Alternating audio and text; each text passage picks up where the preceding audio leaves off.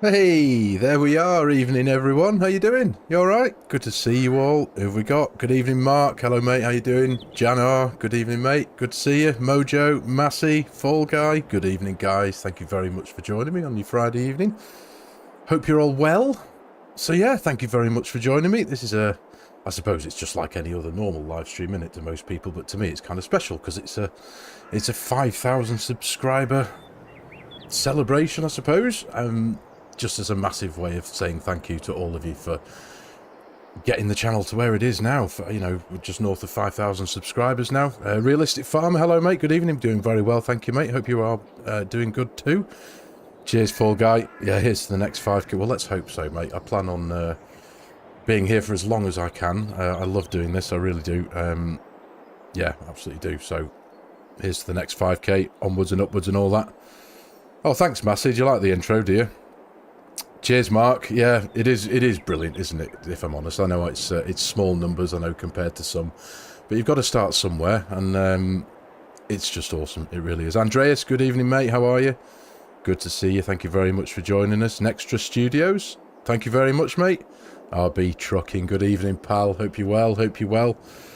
So yeah, thanks for joining me. I believe there's a football match on somewhere, so I'm grateful to you all for joining me here. I know I don't follow football much, but I only learnt that it was on earlier on. I think there's some, I don't actually know who's playing, to be honest, but when I realised there was a big footy match on, I was like, oh damn, have I picked the wrong night to do a live stream, because everyone's going to be watching the football.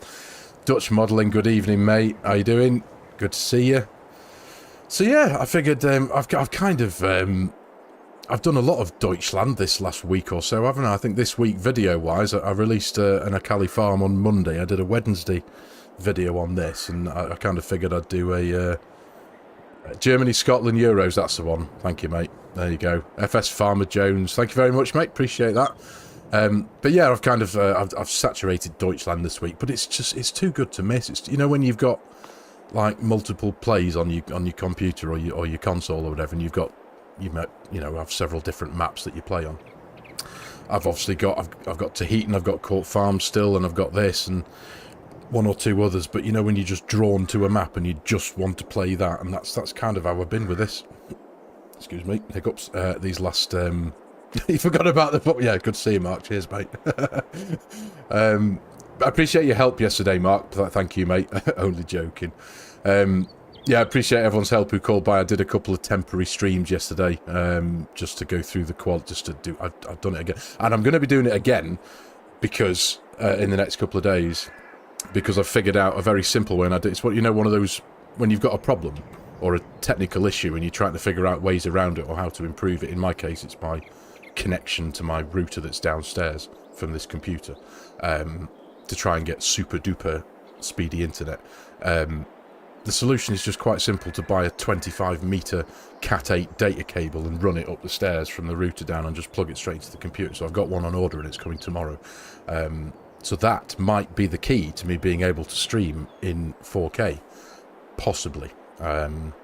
We shall see, time will tell. So I'll probably be doing another temporary test stream or 3 in the next few days, just to see if I can actually do that, because that is my ultimate goal. Anyway, so what we're doing tonight, well, I've got a few jobs to do. We have some grass to mow. I'll go. Those of you who've watched my series on this will know that I did some grass mowing. We've got 2 grass fields over in the top left-hand corner of the map, fields 52 or 52 and 54, I think, or 53 and 54. The bigger one being field 54. It's that big, nice one on that sweeping left-hand bend. We got it cut with the cutter header on the forage harvester, ran the silage trailer, and dumped it all in here. And now I have purchased a thingamajiggery here, a leveling tool, shoveled it all to the back, and now we have capacity in here, I think, for hopefully another field. The one we have to mow is, I'll go into the map PDA very quickly and I'll show you. It is this one here, very, very top left. So yeah, 53 and 54. So this one's considerably bigger, so we'll be able to get this cut and stuff it into the bunker. We have field 32 down here that needs to be cultivated, and So we've got a few jobs to do. We can fertilize this field up here, this field here that I stitched together in between a few episodes ago. I have we want to plant some grass in there. Nardus Groenwald, hello sir, good evening, ladies and gentlemen. Nardus is my first member, channel member. Thank you so much. As you can see, his name is highlighted in green. Yeah, that's something I meant to do actually. I meant to say, those of you who are inclined to feel like you'd like to support me on my journey in my YouTube career at the minute, channel memberships are now a thing. I've only got one tier. I've not delved too deeply into it, and I do plan at some point in the very near, or hopefully the near future, to get some servers up and running. But the reality is, I need the channel memberships to kind of fund that, if that makes any sense. So I've got to kind of balance it off. So hopefully in the near future, yeah, I'm going to try and do something about that. But I do believe there's quite a lot of admin involved in servers. I know I've done. I say I looked after. I sorted the server out that me and Mrs. Sim Gamer were playing on. I kind of dealt that, so I got my noodle around figuring out putting mods onto games and that kind of thing. But I've never properly managed and done it all myself, so I'm going to look into it. I'm going to see which company offers the best value for money. I know a lot of people use G-Portal, don't they? But I'm looking into that. So yes, yeah, tell me about it, Mark. So Nardus, thank you. I honestly, Matt, I really appreciate you you becoming my first member. So thank you very much indeed. Your support is hugely appreciated. Number one. There you are. Tell me about... Oh, yeah, well, I can appreciate that, Mark. I know I kind of... When I was thinking about all this, I kind of had you in the back of my mind, plus, obviously, a few of your mates and stuff. I know that you guys are staunch supporters of the big guy, FSG. I know you do a heck of a lot of work for him in the background when it comes to servers. And I read somewhere in a post or a thread somewhere on Discord the other day that someone was saying that, you know, the amount of work that goes into maintaining servers is quite something. And it's only little old me here, so I'll whatever I do, I will be managing it myself. Jan R, thank you so much, mate. There we go. Membership number 2, Jan R, mate. Thanks. Welcome to the channel. Thank you so much, mate. That's really kind of you. Thank you. Awesome stuff. It's only a young channel. It's only small, but I really appreciate that. Thank you very much indeed. Legend. Right, so what have we got to do? As I said, we've got a field of grass to mow, we've got some fertilising we can do, we've got some cultivating to do, I've got to muck out the cows, we've got manure that we can shift over. If any of you aren't familiar with this map, I'll do it now actually, because it's absolutely brilliant if you've not seen it. So I'm in the cow shed here. As you can see, we have a relatively, what have we got, 14,089 litres of manure in here. So if I jump into this contraption, enter vehicle, I think it's got a capacity of 8,000 litres. But if I click on X there and run that down...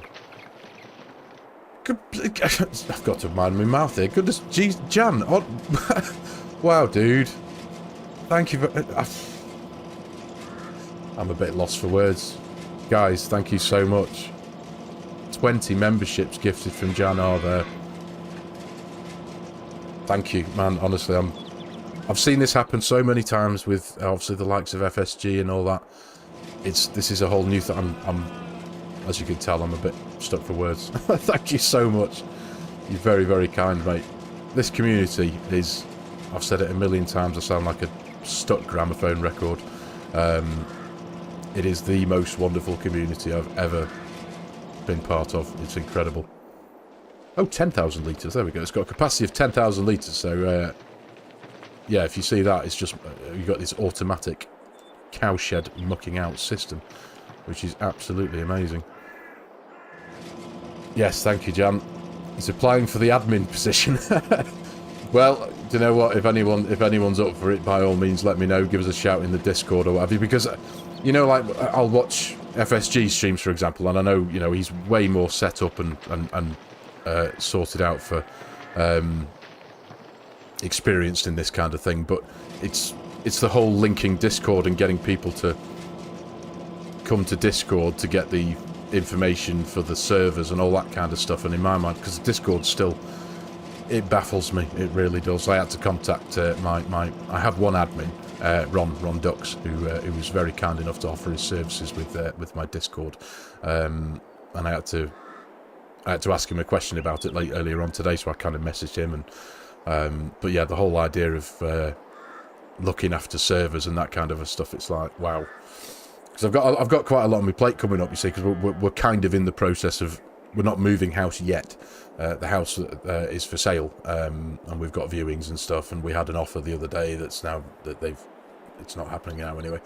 So we're kind of, this is the tidiest room in the house. There's very little going on because all the stuff that was in here is now over there in the bedroom, stacked high, so that you guys didn't have to look at all my crap. So yeah, it's there's a heck of a lot going on. But my main priority is to keep this going. And can you imagine trying to think about doing that when you like moving out? It's a bloody nightmare. Anyway, sorry. So yeah, there the automatic, I'll say automatic, the machine for mucking out the cows is absolutely brilliant there. So now I've got a gigantic pile of manure here that we can shovel back into and get in. I'm just gonna take that up to the BGA and get a bit of an hourly income from that at some point. Realistic Farmer, I have a random question. It's not random at all, mate. Ask away. For everyone, what is 3 new features you would like to see in the new... Oh! The new game. I don't know if any of you are aware. It hasn't been announced yet. Obviously, no. There's been no official announcement. It's been absolute radio silence from Giants and everything. It's understandable. It's just the norm with new games, isn't it? But it's kind of been leaked. Not the confirmation of the game, just the existence of the game. I think it's from. It was DJ announced it in a video earlier. Was it earlier today? Someone found it in a leak on a list of games that aren't released yet. I think it was on Epic Is it something to do with Epic Games, I think, anyway. But Farming Simulator 25 was in a list of games that are up and coming. There's no date. It's not. I can't imagine it's going to be for many months yet. But just the fact that it has been the confirmation of its existence has been confirmed, I guess. So that's pretty cool. I suppose we all knew it was coming at some point, didn't we? But yeah, that's awesome. Good evening, Sharehammer. How you doing, love? You okay? Good to see you. Thank you very much for joining us, love. It's great to see you on your Friday evening. I hope you're doing well. Right, anyway, come on. Let's get down to a bit of farming, shall we? Let's. I think we're going to go and do some grass work first of all. We're going to go. I need to get the header trailer for the forage harvester over to the field. So we're going to jump in my little header trailer tractor here and send that on its way. This is the perfect little header trailer tractor I found. I did go a bit super fent, didn't I, with this save? It kind of came around at the same time as I learnt the existence of the those two over there, the 724s from the LSFM guys, and kind of fell in love with the things. Hey, oh, see, this is going to go horribly wrong already, isn't it? Live on camera. There we go. Drag it out. You'll be fine. So I'm going to send these to the neighbouring field, just because. So I think, if I remember correctly, that's field 54. So we'll fire you off to there. My field 54. Off ye go. James Hudson Farm Sim. I will be watching the Grain Man and PC Player Malk tomorrow. Are they live tomorrow night? Are they, James? Is it Saturday nights they do there? Sorry, Mark, missed your message there before. If you need help, mate, more than happy to lend a hand. That's very kind, mate. Thank you very much. I honestly really do appreciate all that kind of input and help and advice from all you far more experienced peeps than me. It's awesome, it really is. Right, what am I doing here? I do need that. Do I need that? Yeah, we'll run this one with... No, we won't. We'll run the other one with the silage trailer. Just because the colours are matching. There we go. We're going to run the forage harvester on Courseplay, and I am going to run with my silage trailer I know it might take a little while, ideally. It's not a particularly big field, but it might take a while because there's going to be a fair bit of driving back and to from the field to the bunker.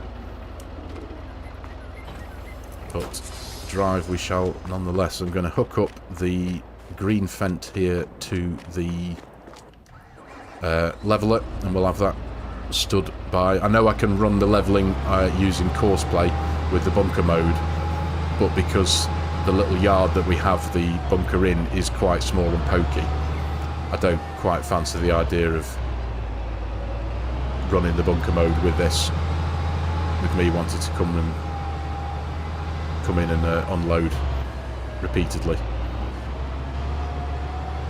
So yeah, going back to realistic farmers question before, 3 things that are all considering looking forward to in the new game. What have we got? What have we got in our minds for that, guys and gals? I have to agree with you on how amazing the FS community is, since from me starting to play the game to me starting a channel.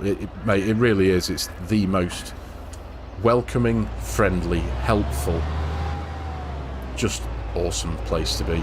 And I've said this, I think, on every live stream that I've done. I am honoured and privileged to be even remotely part of it. I really am. That's one of the reasons why I'll be here for as long. You know, I don't plan on going anywhere. That's what I'm trying to say. Right, there we go. There's that leveler. So we'll just park you neatly out the way for now. You can garn in there, mate. That'll do there. Right. So you want to be fired off as well to field 54. You're hoping for a career mode in FS25, Andreas. Similar. Have you seen Scroft's latest series? Absolutely genius, if you ask me. The way he's gone around creating his own visual career mode, even going as far as including Farming Simulator's own HMRC with tax forms and all that kind of stuff. It's absolutely brilliant. The amount of time and effort that's gone into creating that is mesmerising, let alone in doing his Farmhand series at the same time. I can't imagine the amount of time that goes into that. Thank you, that Dutch tech guy. Thank you very much. I certainly will. It's a pleasure to spend my Friday evening with you all. Yeah, like the Scroff series. Yeah, it'd be really cool if Giants do implement something like that. It's very difficult to talk and converse with everyone and make sure I'm not missing anything. Right, I've sent the header trailer over, the silage trailer's over there. I'm going to drive this one myself because I think it does fit through the archway in the town here, but just in case it doesn't, it does squeeze through, probably causing a little bit of damage if it was in real life, but we'll get there. Got to get ready for work. I'll watch the stream when I get home. Have a good one. No, not a problem, Ryan. Good to see you, mate. Really appreciate you dropping by. Very kind of you, mate. Hope work goes okay for you, man. Yeah, this archway here. I tried to get through it the other day in my big 1050 with the... Oh, look at that. There we go. That went through perfectly fine. Yeah, it's just the 1050 with the big dual row crops on that kind of squeezes through there. Hello, there we go. Not a problem, Cher. You got your internet back, I hope. Have you got? Is that a regular thing for you, love? Does you drop internet now and again? One thing I do like about this map, compared to some maps, is the speed of the traffic. They don't whiz around really fast. They keep to the speed limits. But when you're driving a vehicle behind them and driving a bit too fast, you get too close to the back of them and they start slowing down, and it's like, speed up, and they end up turning traffic off in sheer frustration. Oh, I know. Yeah, I haven't forgotten you, love. I remember you quite clearly. We spent a long time chatting at the Giant stand. Oh, hello. Look at this, you see. Traffic jam. Oh, that's kind of my fault, isn't it? Oops. Sorry, peeps. Causing something of a jam. Luckily, we Would love to have some real watering of the fields. That's a good one, you know, Christian. There is actually a mod. I have that installed for watering fields. You can... I haven't got it running on this save, I don't think, but it's a mod that allows you to essentially fill up sprayers with water and other things so that you can spray water on your fields, because that's kind of what happens sometimes, isn't it? Right, there we go. We've cleared the traffic. Aditya, am I pronouncing that correctly? Hello, hope you're well. Thank you very much for joining me. I hope you're doing good. Have I pronounced that correctly? Is it Aditya?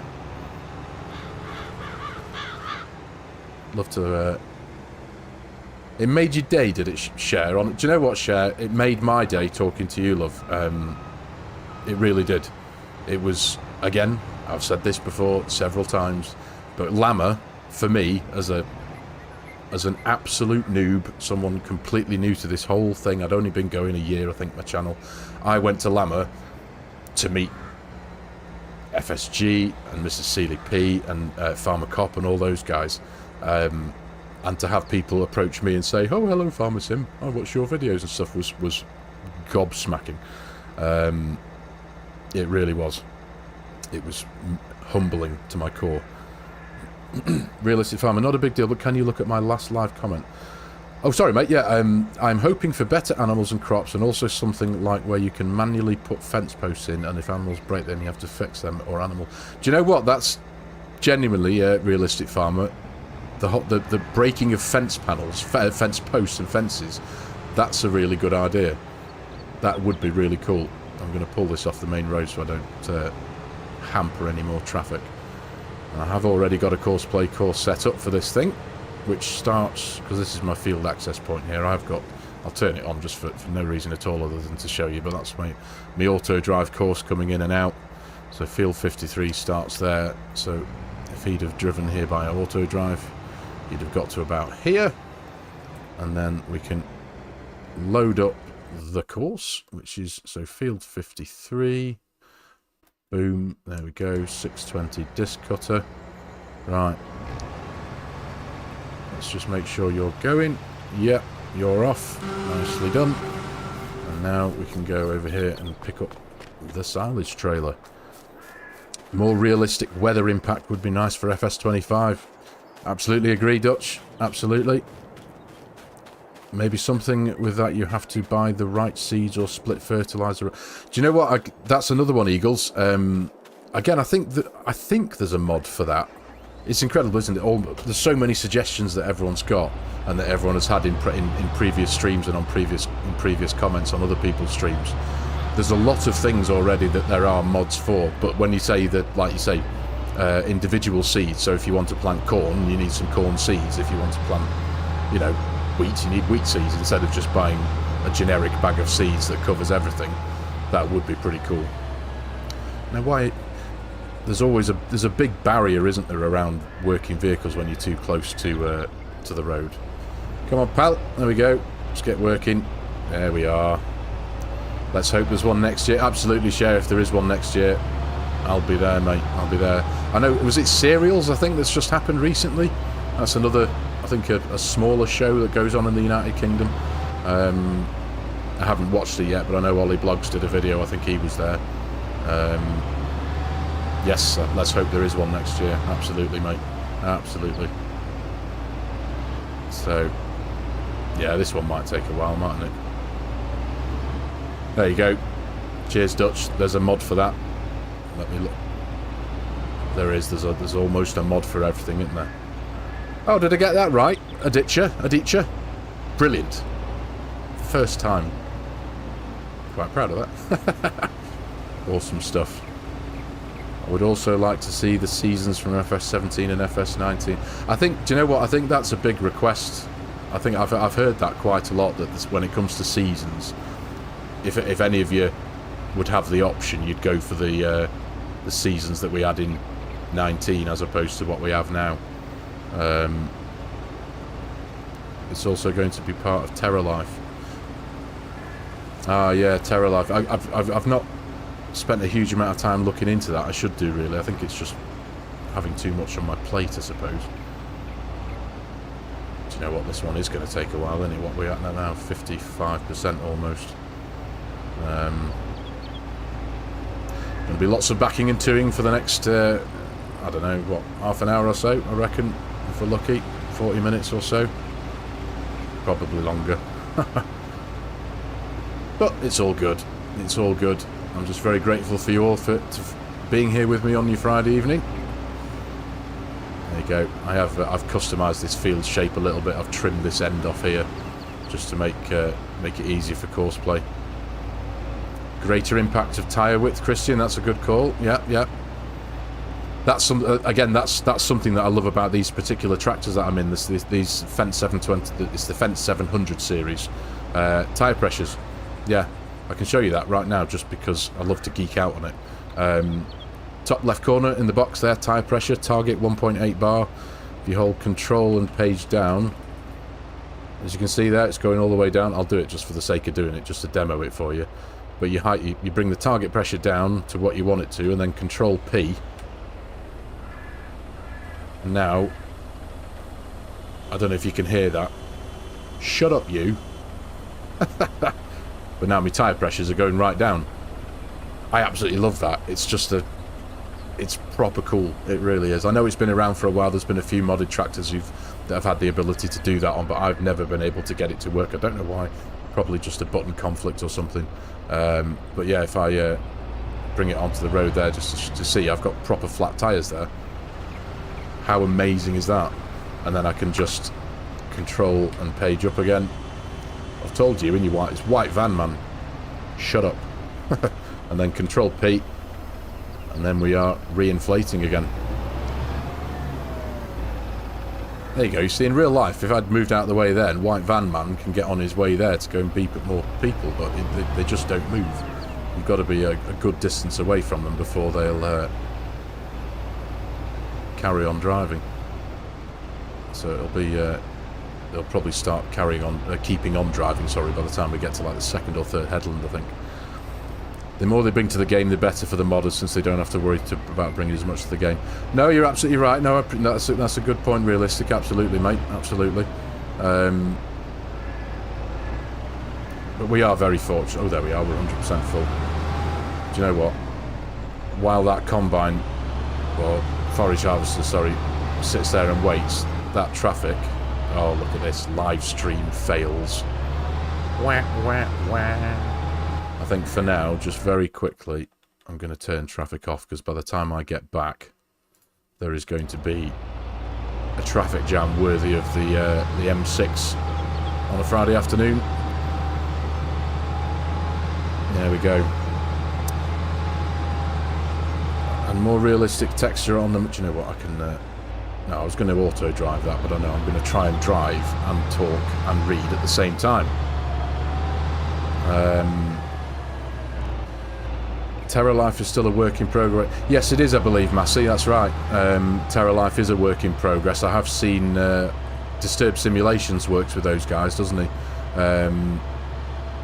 And occasionally he's put a couple of videos out recently. I do need to get a bit more informed on everything that does entail, though, to be honest. Mikita Bahachenka. Hello, mate. Please make a mod list for this save game. Yes, again, that is something I need to do. I've had a request to do one for my Tahitian series, and again, I do need to do one for this as well. I suppose the best place for me to do that is probably Discord. So if you want, go jump on the Discord. The link will be in the video description below. Join my Discord, and at some point, I can't say when, but at some point, as soon as I can, I will sort out a mod list for this and for the Tahitian one.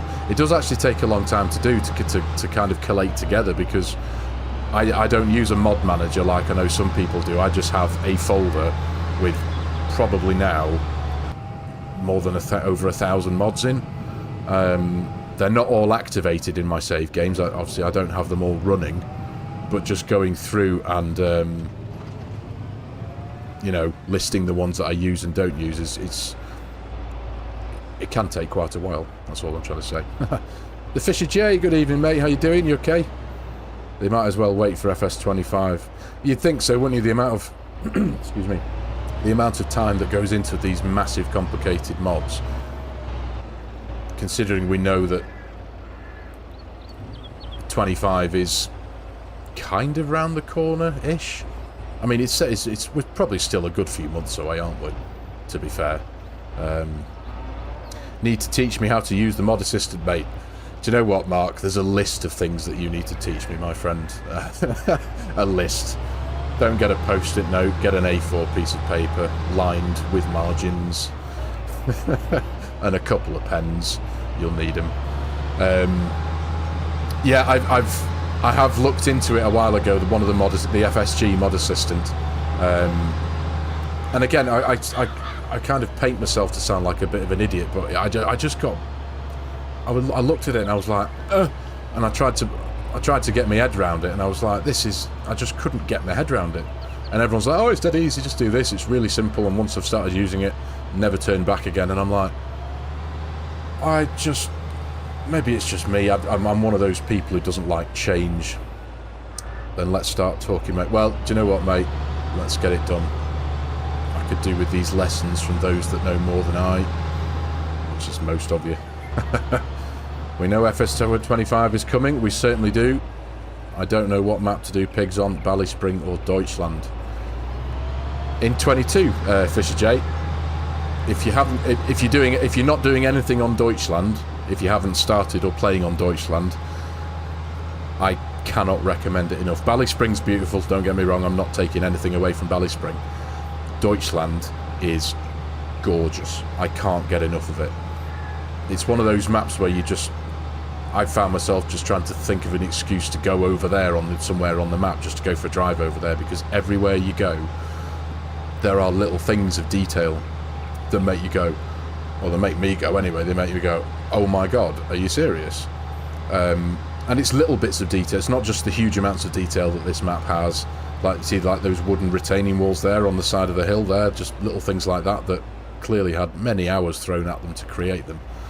But things like there isn't actually an example on this stretch of road that I'm on here, but over towards, where are we here? We're on the top left of the map.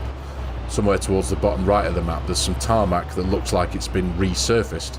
You know, like they would do in real life, where they dig up the road and they put some fresh tarmac down.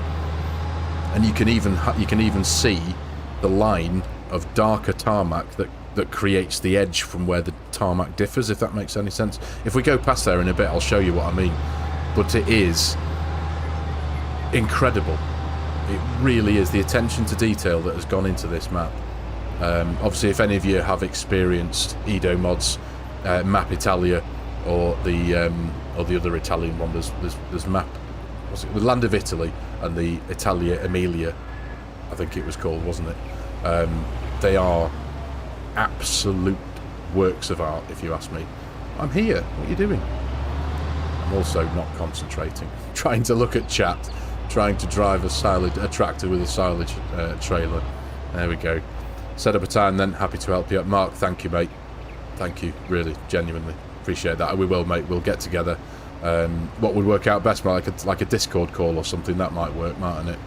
Get on the blower together and just, I'll have a pad of paper and a computer in front of me. Not pothole after pothole like the UK. Do you know what, mate? No, we've got it quite bad round here. Although the village I live in is literally just the main road through the village has just been resurfaced. A week after I watched a documentary on Channel 4 about Britain's pothole crisis. But some of the potholes, one of my cars, the brake pad wear indicator sensor is knackered. It keeps on, every time you go over a bump, it brings up an orange light on my dashboard saying brake, with the brake pad indicator light. And it's not, because it's had discs and pads in the last 6 months. But it's the potholes that have done it. Admittedly, the car is lowered, so it is quite stiff. But regardless, it worked fine before. I went over I got caught on a nasty pothole, and this light has been appearing ever since. So it's like, damn it. Good stuff, mate. Yeah, if that works, Mark, then yes, we will get into it. We'll have a nice call. We'll get some coffee in front of me and pad of paper, and we'll have a natter, and you can throw your knowledge at me, as it were. Come on, forage harvester.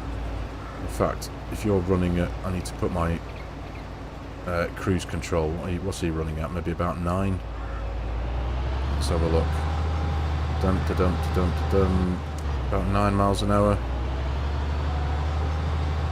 That's about right. There we go.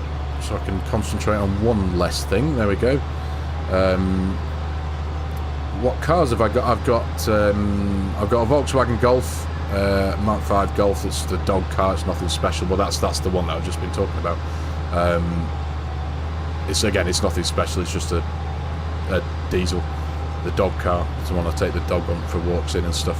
I've got a Civic Type R, and I have a 1972 bay window camper van, which is currently having the literal guts ripped out of it. It's being completely renovated from the ground up. It's currently now sitting in a workshop about 5 miles down the road. It's just returned from the grit blasters. It's having a load of rust and new metal.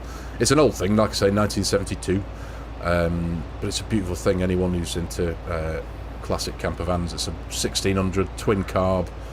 It's got the Porsche replica, the Fuchs wheels from a classic 911, and it's got it did have anyway. It's a bare shell now, but it's a proper camper van spec, rock and roll bed, cooker and fridge and sink and all that kind of stuff.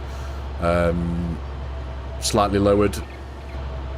It's a thing of beauty. Well, it will be a thing of beauty when it's had a catastrophic amount of money thrown at it and a whole load of new. It's getting new metal, new panels. It's kind of getting new everything, really. New paint, obviously. It's got one of the pop-up roofs because I'm quite tall, so could do with the room. So the guy who's doing it is a classic air-cooled Volkswagen enthusiast, and he does these for a living, kind of thing. So he had a brand new roof that I'm gonna buy off him, which is pretty cool, because finding stuff for these things, stuff like that anyway, is quite tough. There we go, navigated round that roundabout. You want a Discovery 2 TD5 or a 2003 Defender Knight? Do you know what? One of my best mates, Kieran, wants a Defender. He's been looking at them recently. He's one of my mechanic friends who works on race cars all day. But yeah, he really wants a Defender. Ideally a 90, but one slightly older. Tanner, really good evening, mate. How you doing? Cheers for joining us, pal. Good to see you. Thanks for donating some of your Friday evening to us, mate. I hope you're well. Yeah, Type R Master. Yeah, it's again nothing special. It's an old EP3, 2003, but it's completely unmodified. Well, almost completely unmodified. It's not a lowered, super sporty one. The engine is completely standard. It's not been modified.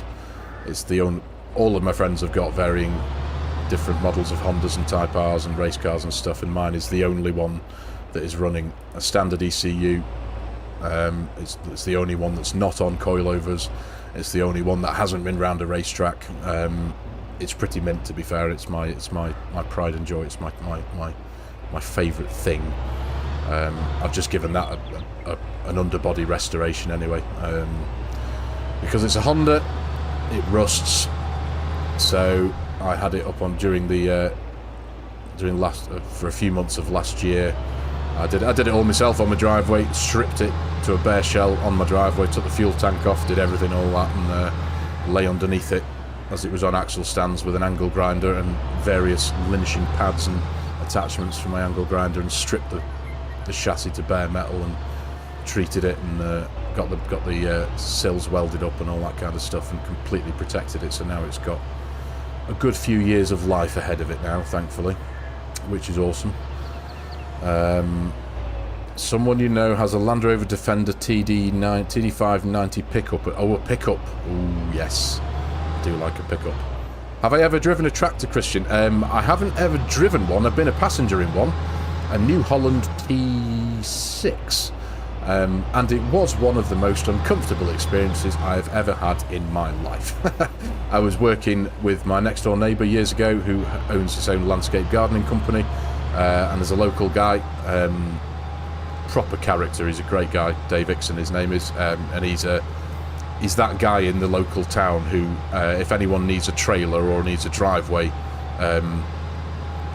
digging up, and it's who you turn to get it all picked up.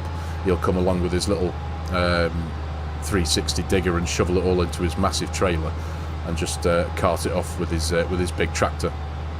And my boss Ian, he borrowed the tractor off him once, so I was sat on the. It didn't have a passenger seat, but I was just sat on the wheel arch on his on his left hand side. And as if anyone has been in a tractor before, you'll know it has no suspension. The only suspension, if you're not in the driver's seat, is the give in the tyres, and there wasn't any.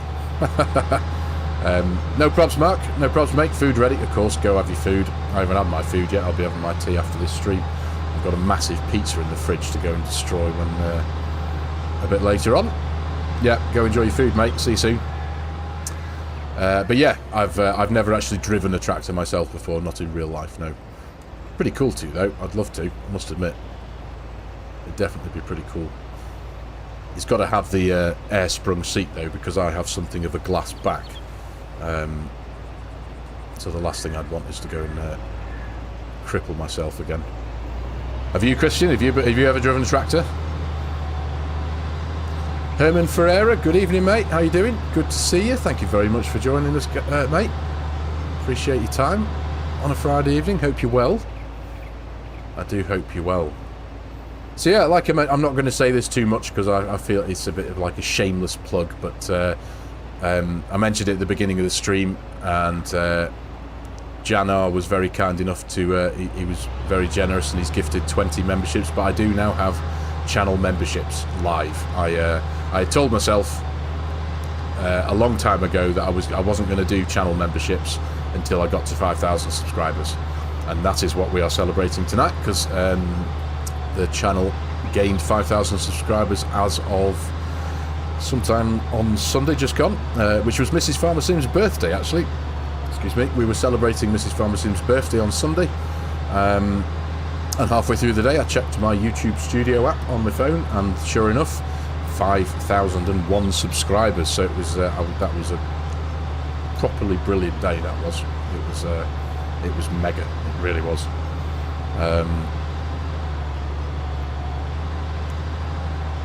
Andreas, I do night shift. I do remember, mate. Yeah, woman do night shift. She has a Type R. She's not afraid to use the right pedals. She loves.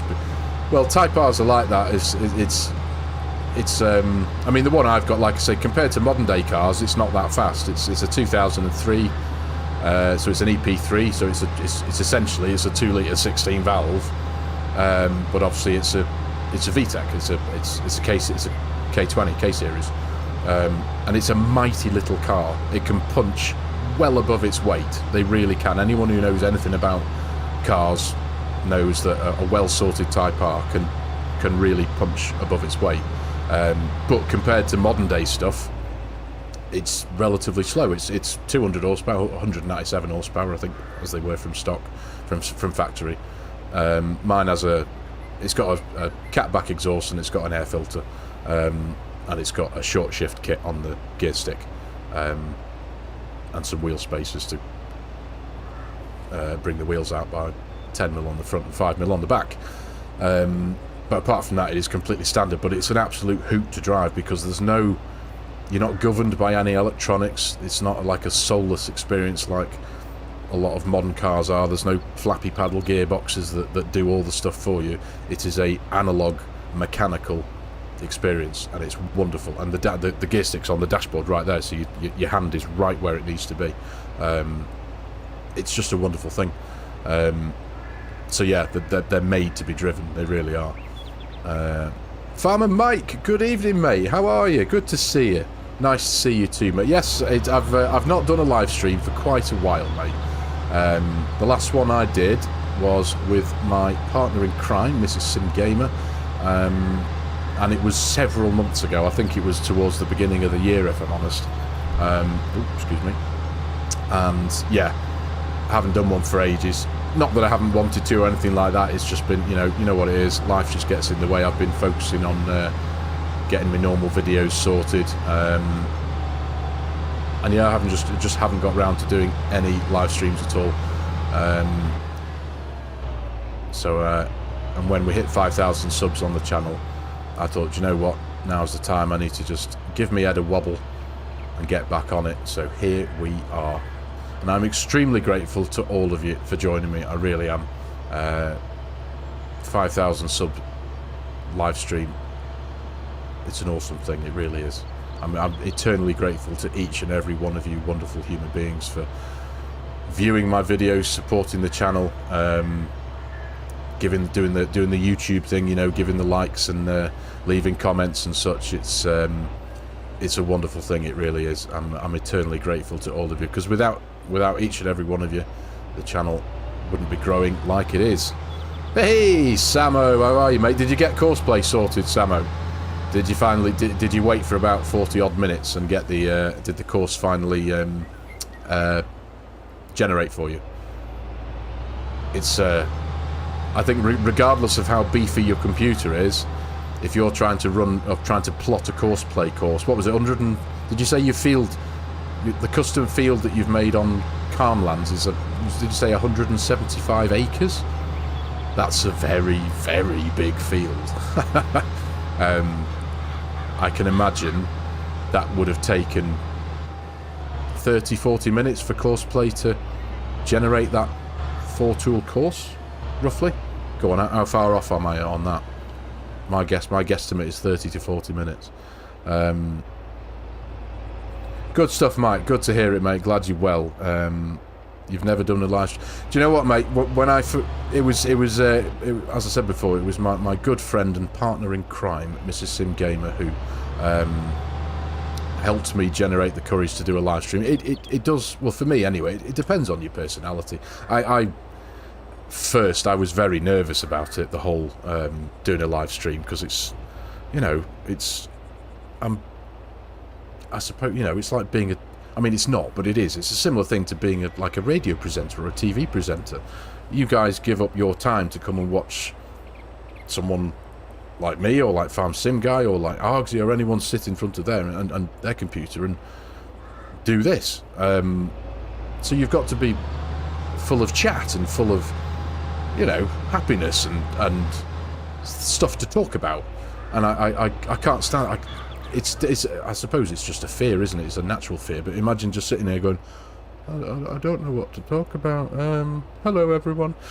That kind of thing just, I don't know, it puts the fear of God up me. So yeah, once I'd got over that initial fear of doing a live stream, and after our first live stream, it was like, oh wow, that was amazing. We need to do this again. And we did. Me and Mrs. SG did quite a few live streams on our multiplayer series. You're literally waiting now, Samuel, so it's 13 minutes so far.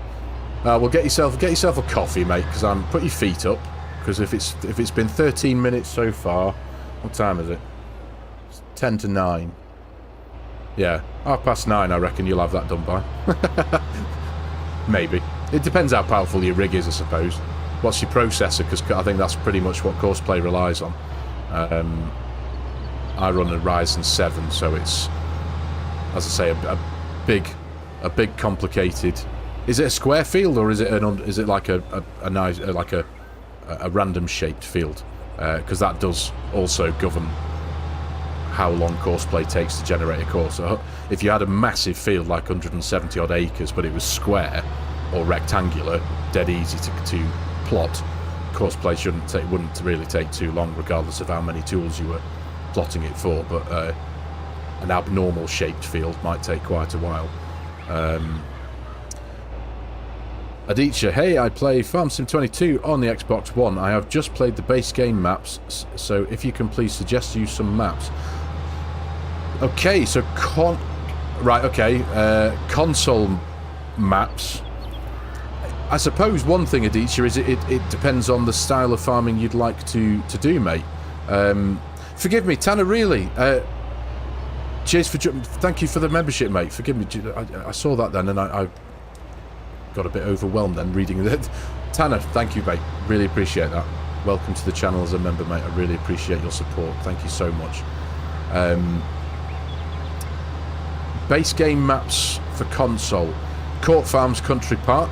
That is a beautiful United Kingdom map. If you're not familiar with that, Aditya, it's on the Mod Hub. Highly recommend it. That is a very... It's a real-to-life UK map.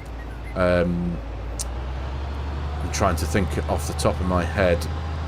But yeah, I suppose, first and foremost, if you can, give us a shout in the comments there and tell me what kind of a map you'd prefer. Are you into big US farming? Are you into smaller? Well, like I say, Court Farms is gorgeous. I still have a series on Court Farms. I'm at episode, I think the next episode I'd be doing is 72, I think. And it's one of those maps that personally I feel like you could play forever. It's so detailed, it's so real. There we go, realistic farmer. Ballyspring, that's a thing of beauty. Calmsden was like the OG, wasn't it? Because that seemed to come out quite quickly after the release of FarmSim 22 came out.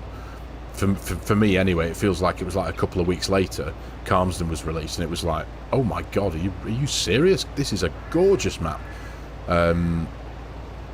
Calmsden Farm, Northern Farms, Alma, Missouri, and Western Australia.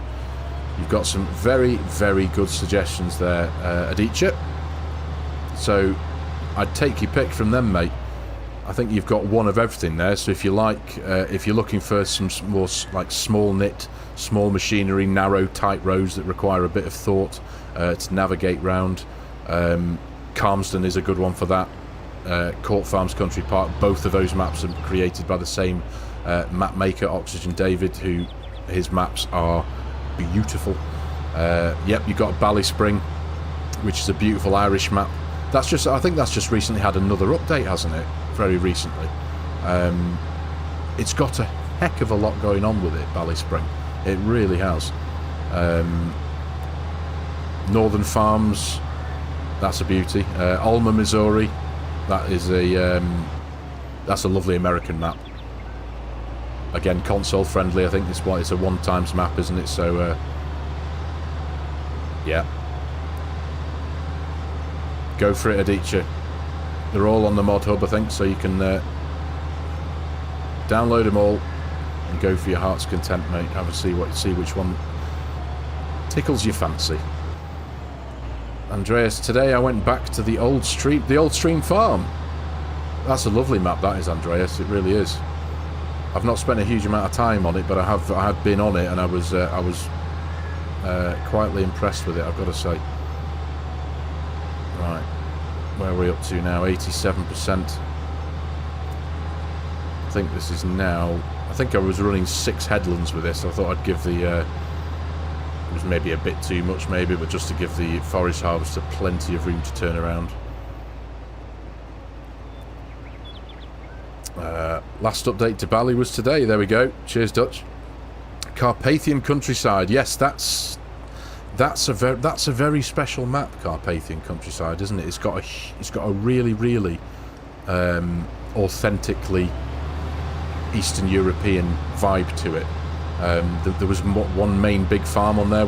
I looked at it when it first came out. Obviously, I downloaded it and went on there. Both, I think that was one of the ones that myself and Mrs. Sim Gamer were going to look at, potentially back in the days when we were going to start something on multiplayer.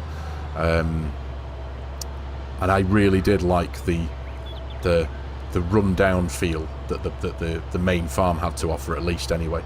The textures of the buildings and I think there was like plaster, the rendering falling away from the brickwork and stuff, and it was really, really nice.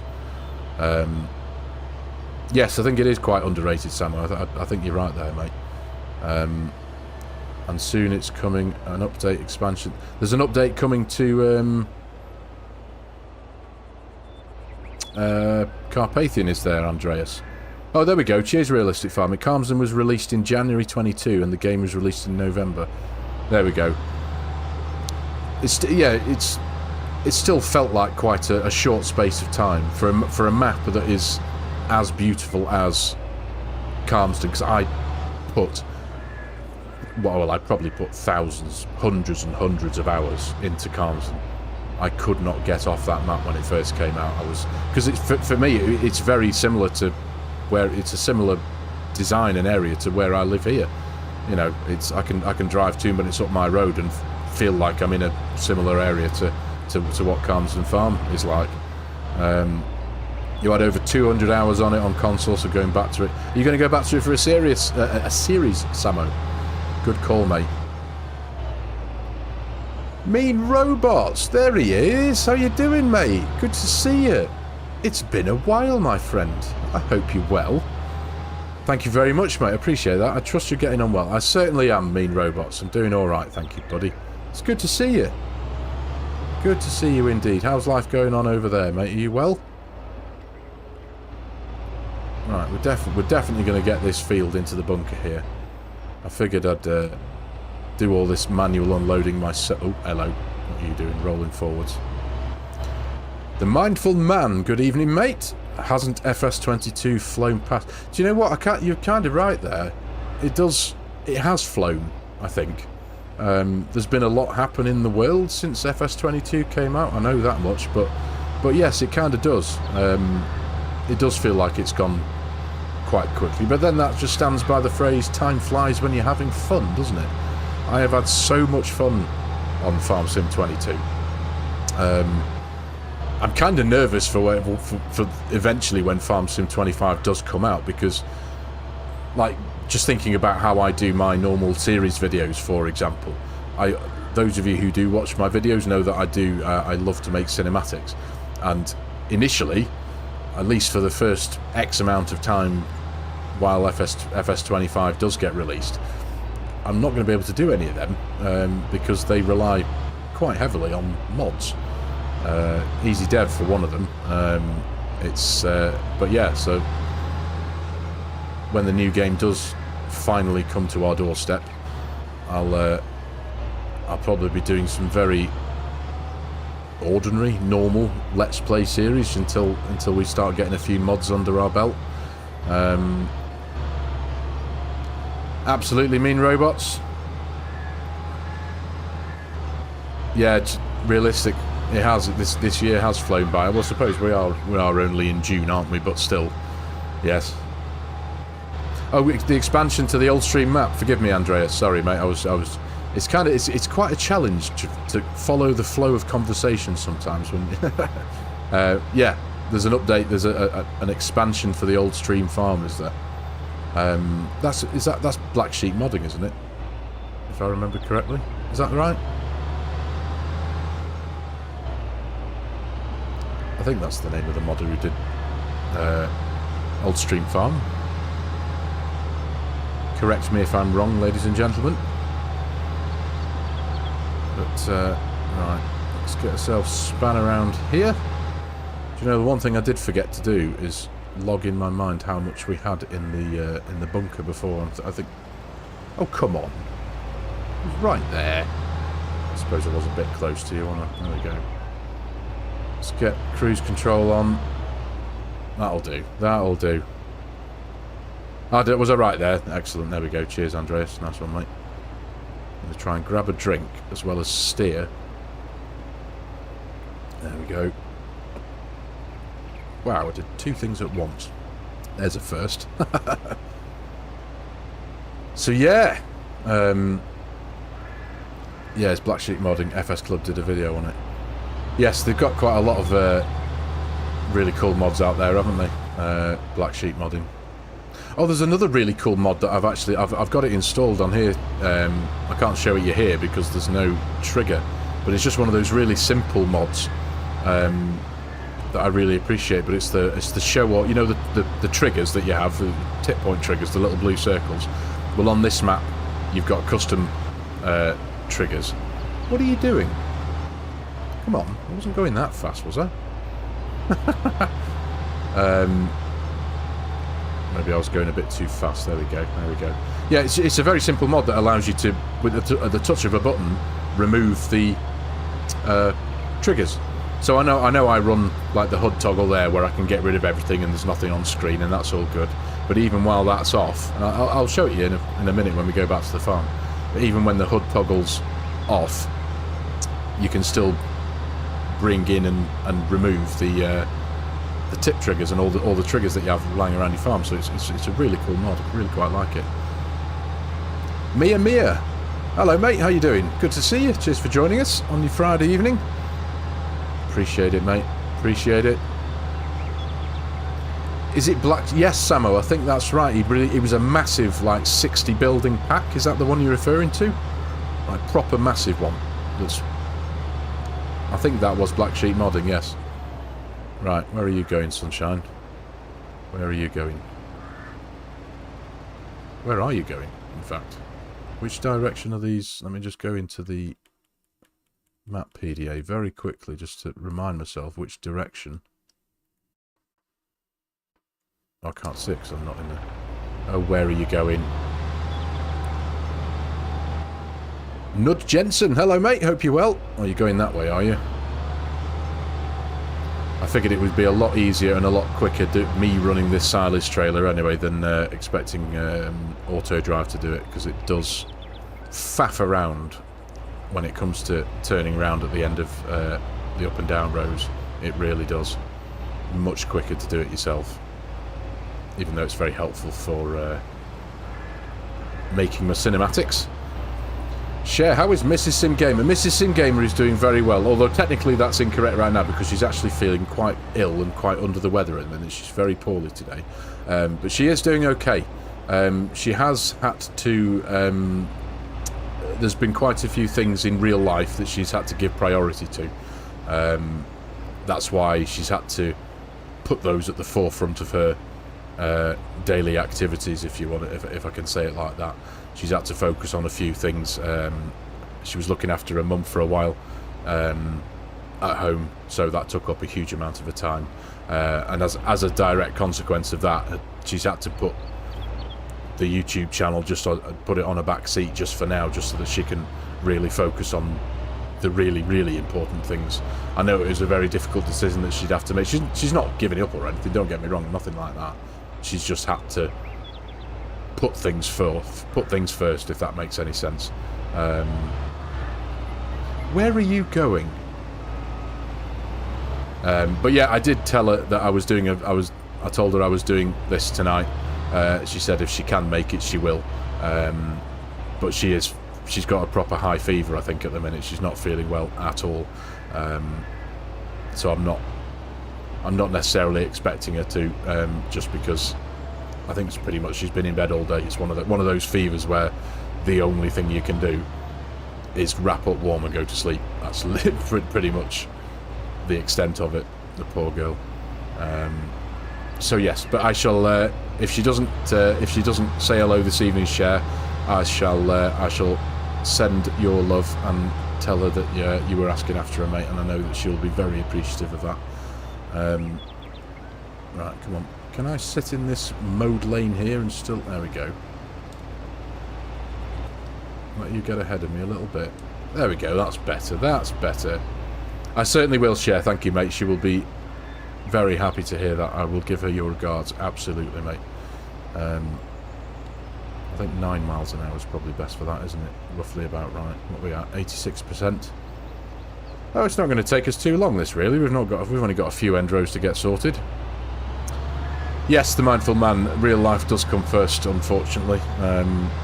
It really does, as much as I'm sure we'd all love to sit here and just play Farm Sim for the rest of time, with the occasional coffee break in between. Maybe. It would be awesome. Yes, thank you, Andreas. I will pass on your message, mate. Thank you very much. I know she will be very grateful to hear that. Get better soon messages. Yeah, it's one of those proper horrible fever, you know, like shiver fevers and all that kind of stuff that you just can't escape them, can you? Once you've got something like that, you've had it, you're buggered, and you've just got to accept it and wrap up warm and rest and do everything that your body needs you to do, because trying to get over a fever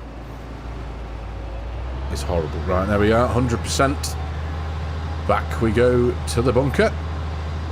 There we go.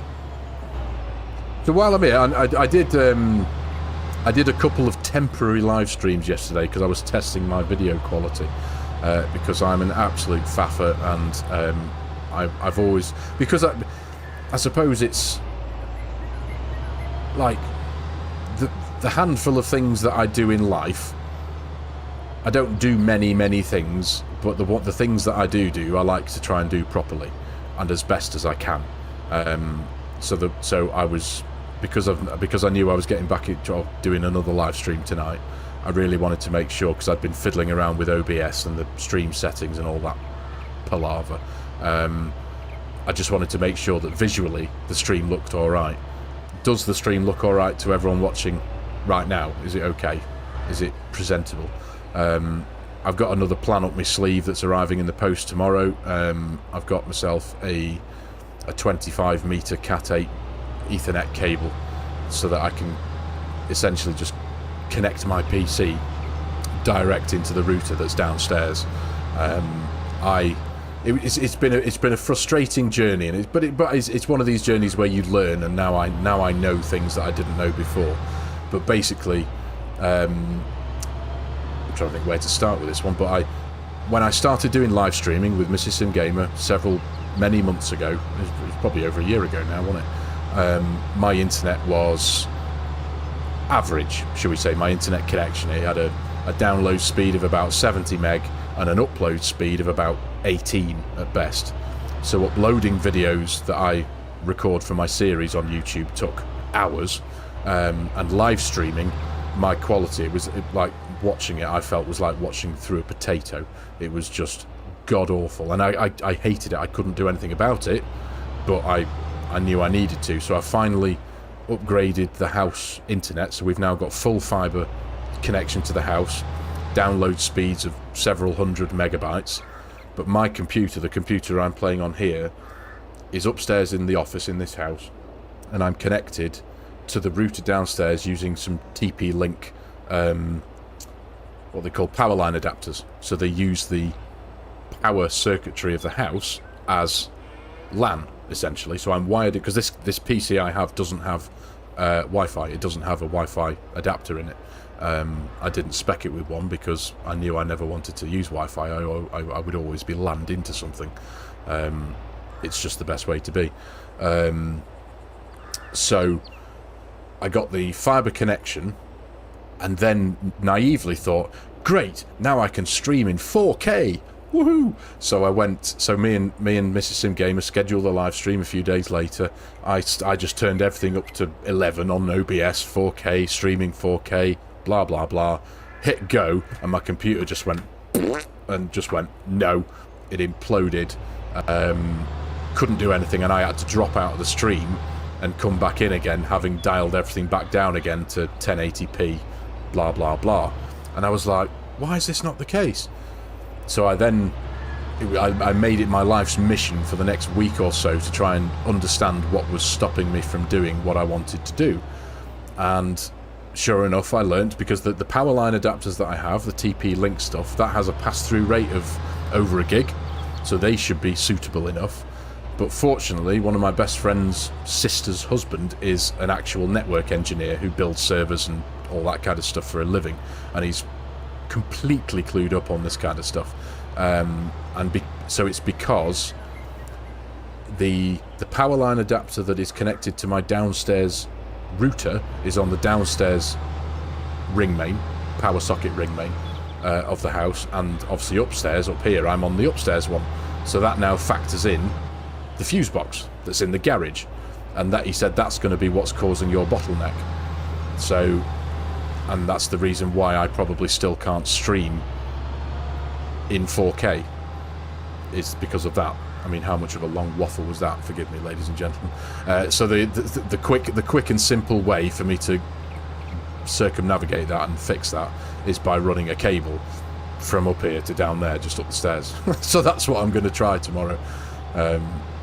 That's the plan. Sorry, that was a mega long waffle there talking about that, but yeah, that's so hopefully, possibly, I don't know yet. I'm not going to say because I don't know whether it'll work or not, but there's a possibility that, assuming my PC is capable enough, which I think it should be, I might be able to start streaming in 4K if I'm lucky. Cheers, Samo. Yeah, looks fine here. Video. Thank you, mate. I do appreciate that. Appreciate you letting me know. Yeah, I know I've watched. Obviously, I've watched a lot of live streams in the past, and I know that there's sometimes you watch some of them and you can see that they're a bit pixely and stuff. Hey, Mark, back again. What do you have for your tea, mate? Do you feel all? Are you satisfied now? Are you full up? What did you chow down on, mate? I've got a 14-inch pizza in the fridge to have when I've finished the stream this evening. A spicy sizzler pizza, which I'm very much looking forward to. Chico Banza, good evening, mate. Welcome to the stream. Thanks for joining us, mate. Hope you're well. I should not be doing lands for this. I'm not doing lands for this, Massey, mate. This is... I'll show you. Hang on. Let me just... It'll show me when I jump into here. There we go. Yeah, I'm just doing... it's a 6... I plotted it with 6 headlands, and it's just an up and down rows missing a row. That's that. There we go. There we go. 14 Dutch, not a 40-inch pizza. Imagine that. I mean, that's my kind of pizza, to be fair. No, oh right, I see what you mean, Massey. Yeah, okay. I think it's I just do it by default. I think skipping a row. I know it's probably not technically correct. Ooh, Balti pie and chips. Damn, dude, that sounds good. Excuse me, a Balti pie. Oh, mate, I want a Balti pie. Where did you get a Balti pie from? Is it a supermarket thing, or is it a takeaway thing? Something that's local to your area? I really want a Balti pie now. Farmer B, hello, mate. Marcel, hello as well. Hope you're well. Thank you very much for joining us on the stream. Yeah, so, but I kind of know what you mean, Massey. I know it doesn't technically look right. I think it, as I said, I think it's just something that I've started doing by default. Whether it's, and I don't know why, it's just something I've always done since I discovered how to do it a long time ago. Sounds like heaven as long as it's a pepperoni. Yes, but yeah, my pizza does have mountains of pepperoni on it, mate, and jalapenos. And by the time before I put it in the oven, it will have about 57% more cheese on it as well. I'm going to have to source a pucker pie, a pucker Balti pie, mate. I do like a pie, and I do like a Balti. Jobs are good. I have to try one of these. I didn't even know they existed. How terrible is that? How big are they, though? Are they like small things like this? Am I going to have to buy and eat an whole packet? Because that's probably what I'll do. And some big chunky chips. Oh, speaking of chips, actually, I found my new favourite thing the other day. Again, this is a completely, probably a relatively uninteresting topic of conversation, but I was in Iceland the other day, you know, the freezer shop, and I found a Heinz chip sauce. And it's like mayonnaise. If anyone's ever had Miracle Whip over in the United States, which is like mayonnaise turbocharged, it is the most beautiful like dipping sauce. This Heinz, it's called Heinz chip sauce, and it's absolutely gorgeous. And it's the only place I found it is in Iceland. It's mega, so go try it out. It's okay for one. I'm not one, Mark. I eat for 7 most of the time. Okay, Agri, good evening, mate. Hello, hope you're well.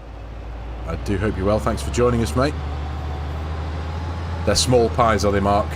Right, I'll be buying several of them, and I shall send photographic evidence, possibly of just the empty foil tray when I'm done with them. I really want a Balti pie. I want to try a Balti pie so badly. I'm hungry, as you can tell. I haven't eaten my tea yet because I didn't want to scoff myself with food and then be all like tired and lethargic whilst here on the stream. So I'm Oh, I'm full, there we go. So I'm waiting. And now you're talking about food, and now I'm hungry. It's not going to go well, this. It really isn't.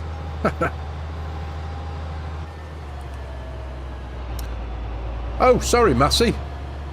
You've changed... Call me Massey, it's Massey. Just changed my YouTube. Have you literally... Oh, okay. Sorry, mate. How you doing?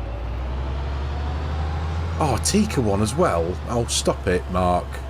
Do you know what? I'm just gonna go and buy a whole load of them. I'm gonna buy every variant. I'm gonna buy a Balti pie, a Tika pie. What other ones do they do? I'm gonna buy them all and eat them all in one meal. Like that with ready meals. I have to eat 2 at a time as they're so... Yeah. Well, we did that. We actually did that the other day. The last thing you should ever do is go to a supermarket whilst hungry. But me and Mrs. FS went to Sainsbury's the other day. And I was ravenous, and I bought it was a 2 kilogram beef brisket. Yes. And some chips. And I ate pretty much all of it.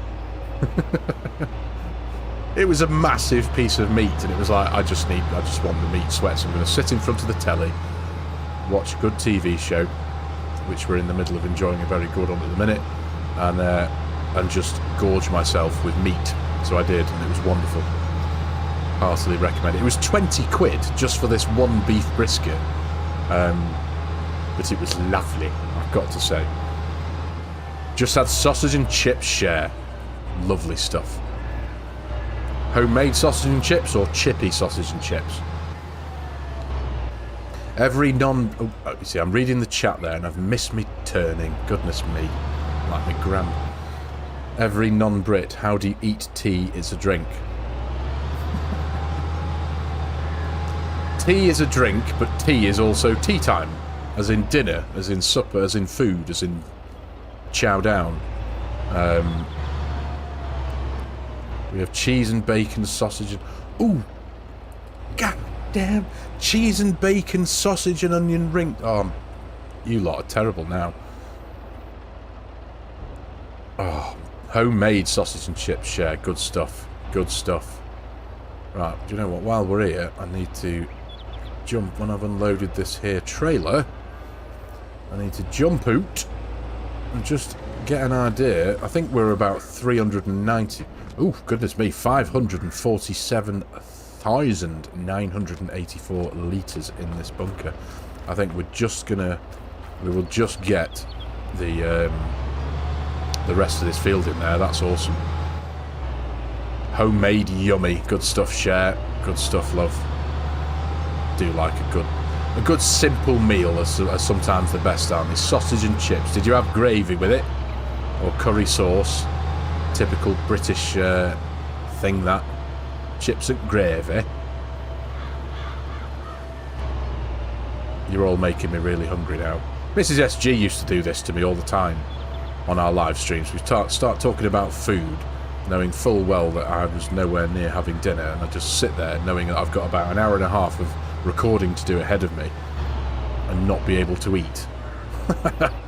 Done in the air fryer. You've got an air fryer as well, have you, love? Everyone apart from me seems to have an air fryer. I need to get myself one of these things because you can pretty much do anything in there, can't you? I need to get one. There's so many things I need to get. I need to get a Logitech C922 as instructed by Mr. Mark H there yesterday, as a better webcam than my poverty spec thing that I've got here. I need a new microphone because this one's a bit crap. I need to get... I've got my new headphones, as you can see. These are a thing of beauty that I've got on my head here. Absolutely love these things. And now I need an air fryer as well. The list is endless. Unfortunately, the bank account isn't endless, which is rather unfortunate. That's probably why I don't have half of these new things that I need.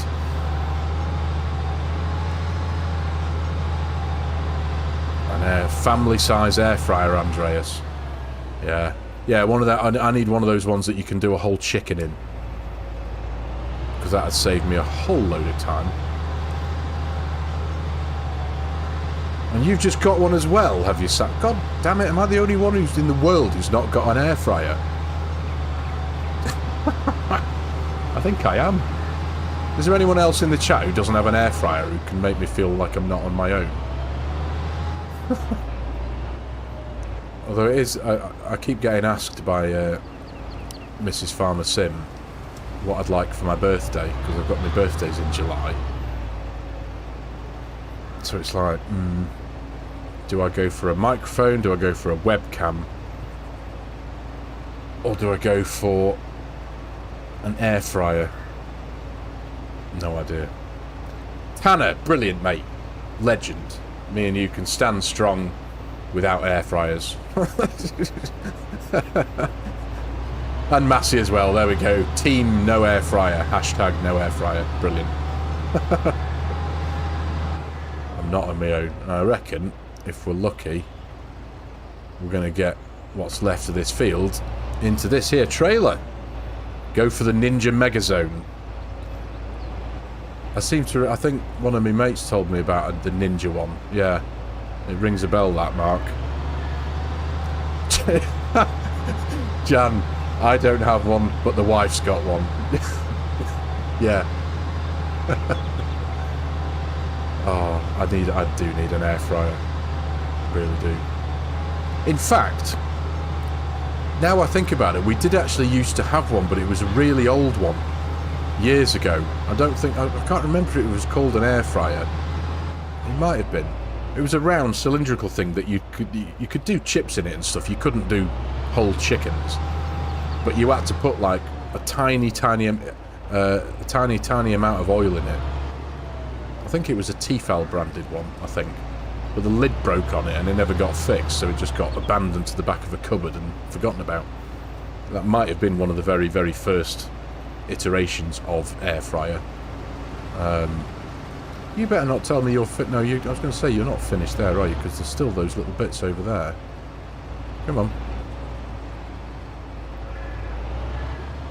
You get yours next year. You got yours last year when you turned 50 from your family. It's a birthday gift. Excellent stuff, man. No, not a pressure cooker, Mark. No. I know what a pressure cooker is, mate. I remember pressure cookers with a little metal thing on the top. Yeah, I think over at my mum's house, she's still got her original pressure cooker that will be older than me. No, it was definitely it was some form of air fryer. It was mainly plastic. You could do chips in it. It was non-stick. It had a thing in it, and you put a tiny little bit of oil in it with your chips or with your food, because you could do more than just chips. But it was definitely, it was one of the very first iterations of an air fryer, I think, not like what the modern stuff is now. It was pretty good, but I don't think it's anything like what you got nowadays. Like you say, the ones that you can throw a whole chicken in and just come back in a couple of hours and it's perfectly cooked. It's not one of them. Right. Where are you going now, sunshine? You've got that bit to do. In fact, let me just... Oh, I can't, can I? Because I'm not in the right vehicle. An almost faultless Courseplay session here, ladies and gentlemen. Mr. Yeller, you don't have one either. Good stuff, mate. Good stuff. I'm going to form a club. Those who don't have air fryers. There we go.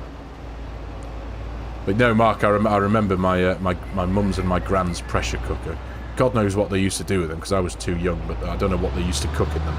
But I remember always finding, you know, the big silver, the thing, the knob that sat on the top. There was always one of them in the one of the kitchen drawers, and I was always baffled for a long time as to what it was. But I always remember it being extremely heavy. Or I was just extremely weak, but... right, are you going to carry on forward? You better... Yeah, good stuff. Good stuff. Don't miss that big... I've got a feeling it's going to miss those two bits at the end that you can see in front of us there, but I hope it doesn't miss that big triangular patch. You don't own an air fryer, but feel more like a... Do you know what? A traditional chip pan... You can't beat chips cooked in a deep fat fryer. There is something... I mean, yes, they're desperately unhealthy, I get that. But they're extremely tasty. They really are. I'm really hungry now. I'm so hungry. Let's stop talking about food. I'm only joking. I'm only joking. I do remain naively confident, though, that this forage harvester is going to at least get those bits. Where are you going now? You're going to spin around? There we go. I might have to... So forage harvester doesn't have a capacity on it, does it? So I'm going to have to... Is he going to finish here? I don't actually know where he's going to finish. Nope, still not done. Good stuff. That'll do. In fact, where are you going? I'd have thought you were going to be turning right there, my friend. Nope, yep.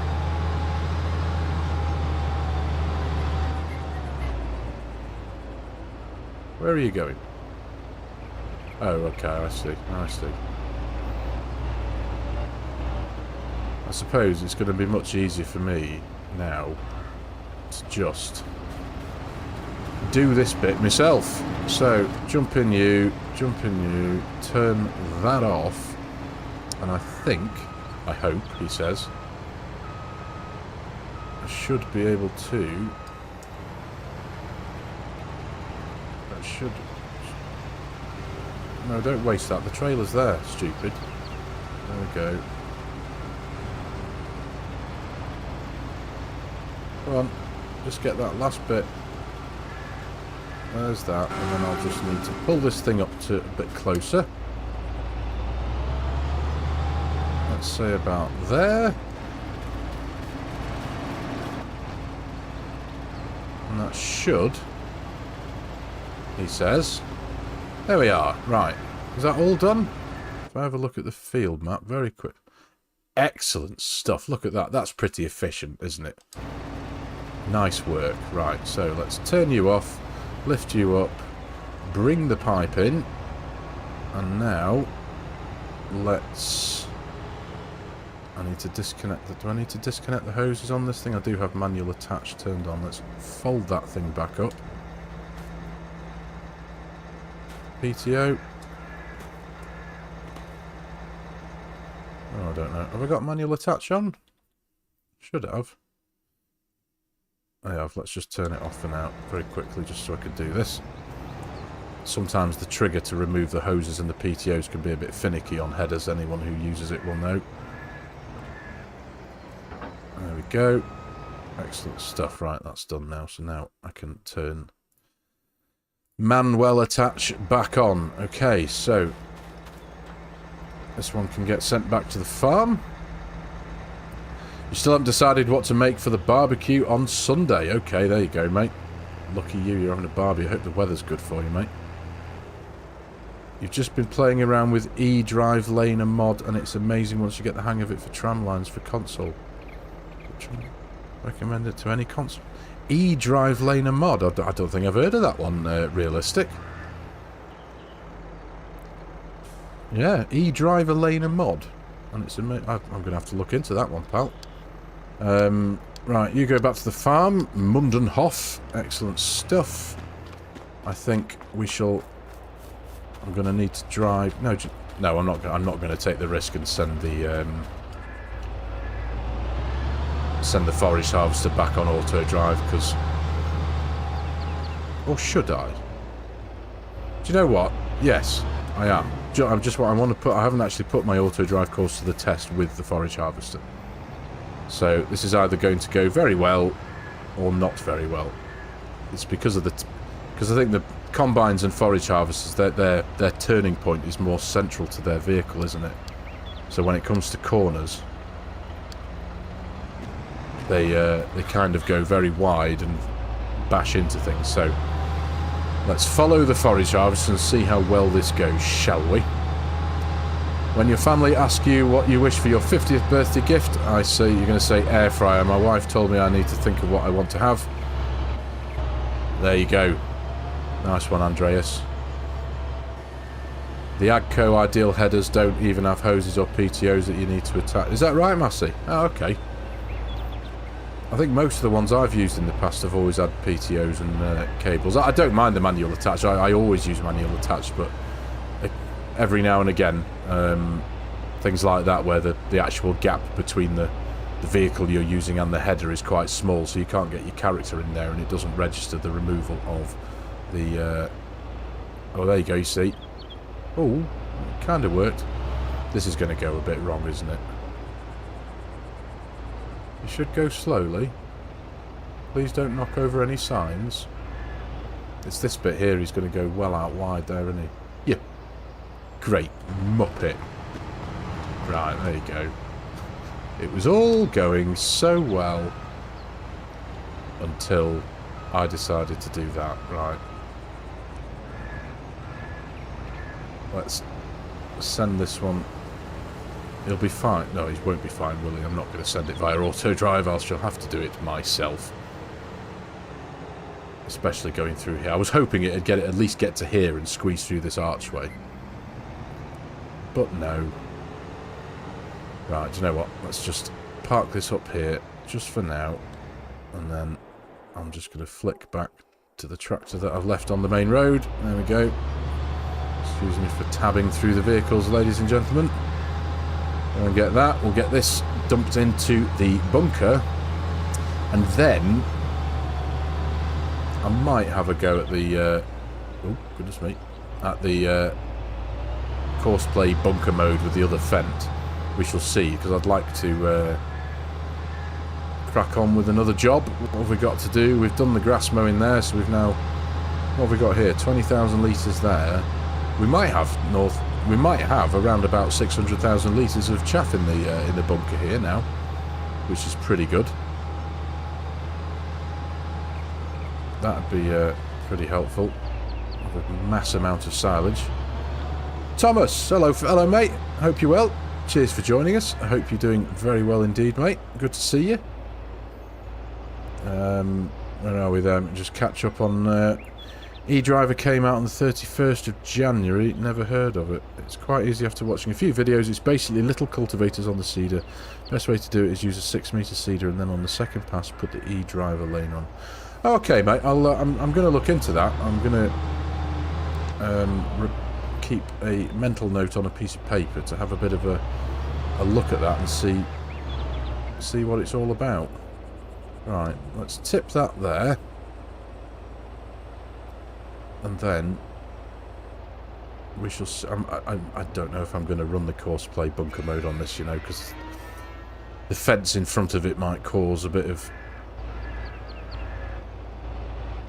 bumps. What do you mean? I've got 1 litre left in it. It says I've got 1 litre left in the... That's strange, isn't it? Oh, never mind. We can sort that very quickly by emptying that. Excellent. Right, done. So, what have we got in the bunker? 560... Wow, look at that. 568,000 litres exactly. I couldn't have planned that if I tried, could I? Wow, that's pretty cool. 70% compacted. Right. We shall leave that be for now. We shall go and crack on, I think. What should we do now? What have we got to do? We've mowed the grass. We've got a field to cultivate. We've now got 2 fields, grass fields to roll. The field next to us there on the right needs fertilising, but we haven't actually got any fertiliser. We can seed the field down there with grass, and we can muck out the cows and do all that. Should be able to see the amount in stock check. Of course we can, Mark. Let's do exactly that. Bum, bum, bum. There we are. 568,000 litres, of course. Time-saving stock check. Always on in every game save. So what have we got? We've got it doesn't register the manure that's on the floor, though. It only registers, and it's not to do with this. This mod is to do with the way that the cow stalls are set up on this map. But yeah, we've got 40,000 litres of canola to sell, but that's not for a few months, and spelt as well. That's not for a few months as well. Is that the 24th best mod on Mod Hub? It's definitely it's up there with one of them. It has to be. Yeah, it's and where am I going now? What am I doing? Now let's turn this around. Let's go park this up in the yard. Driving around in circles now. I don't know where I'm going. I need to go and get the. We're going to go and get the 1050, and we're going to make our way over to field 32 because that needs cultivating. So I'm going to equip the 1050 with a front weight, the one that's on the front of this one here. Remove the no, actually, in fact, we're not. We're going to go and plant this field here. Forgive me for being relatively indecisive, ladies and gentlemen. But to save faffing around, and the one thing I'm not going to do on camera is try and put this header trailer in there. Even though it is much easier if you do it forwards, reversing these things is an absolute nightmare. So no, I'm just going to leave that there. I'm going to abandon that. And we are going to go and plant some grass. We're going to go drill some grass, I feel. That's next on the agenda. Getting my beautiful 1050. We've got 55% of seed in here, so we'll take a quick... We can squeeze ourselves out of here without causing too much faff. There we are. Just about. Yeah, we'll make our way around. We shall very quickly fill up with some seed. And this field here. Now, anyone who hasn't watched my last episode on Deutschland, I've done my own little bit of field stitching together. This is actually 2 fields if you run the base game map, the base map or whatever you want to call it. I've removed this central section here that was just dead land with a load of trees in. Got rid of it, smoothed it off, and used the create fields function of the mod with the cultivator here, and created one big field, and it works very well with Courseplay. But because I do like to do that, I've done the same with this field here on the base map. This is 2 fields here on the left, but I've stitched them together, got rid of the strip that kind of ran up the middle, got rid of a tree. I think I made back about 250 quid, 250 euros from that one tree. Right, so let's... Oh, you silly boy, what am I doing? Wrong thing. Wrong button. Open. Cover. There we go, that's the one. Refill tank. We shall fill that up, get it to 100%. There we go, excellent stuff. Close cover. I want to change the seed to... Oh, why can't I change the seed?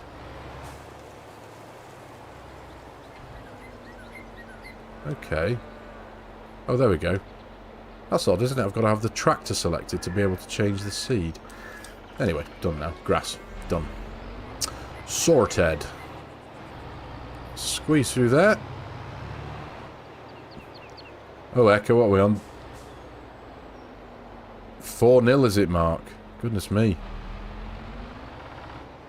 Germany 4, Scotland 0. Goodness me. I suppose I should be rooting for Scotland because I am Scottish by birth. Share, am I going to FarmCon? Unfortunately this year, mate, I'm not. No, I can't.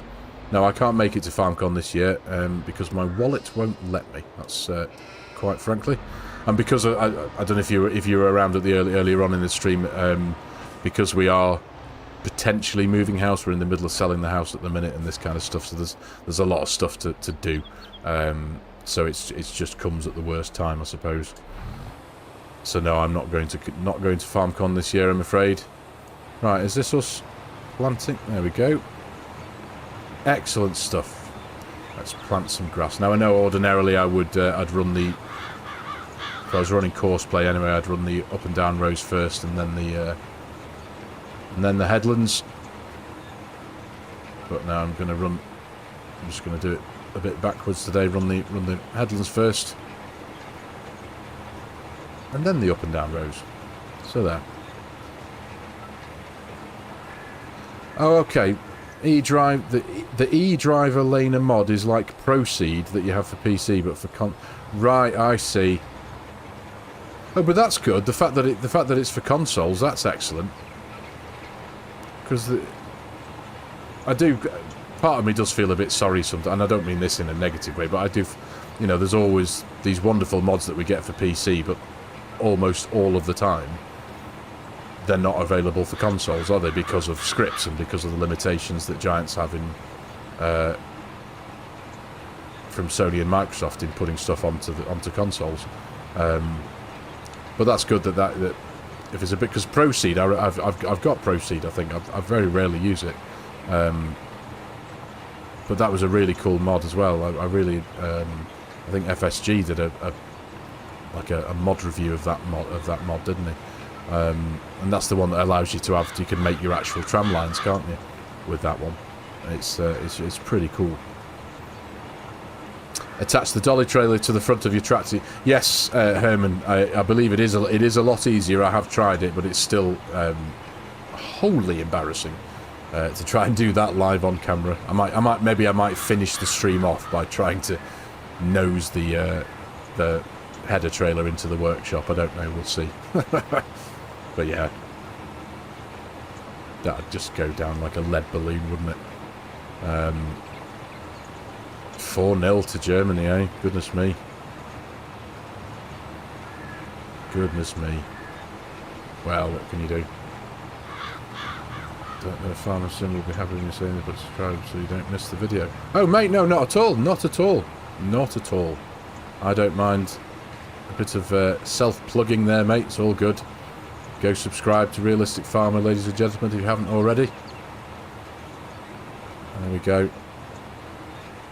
Don't mind it at all, mate. We're one big FARMERSIM family here, mate. I've got no problem with any of that stuff.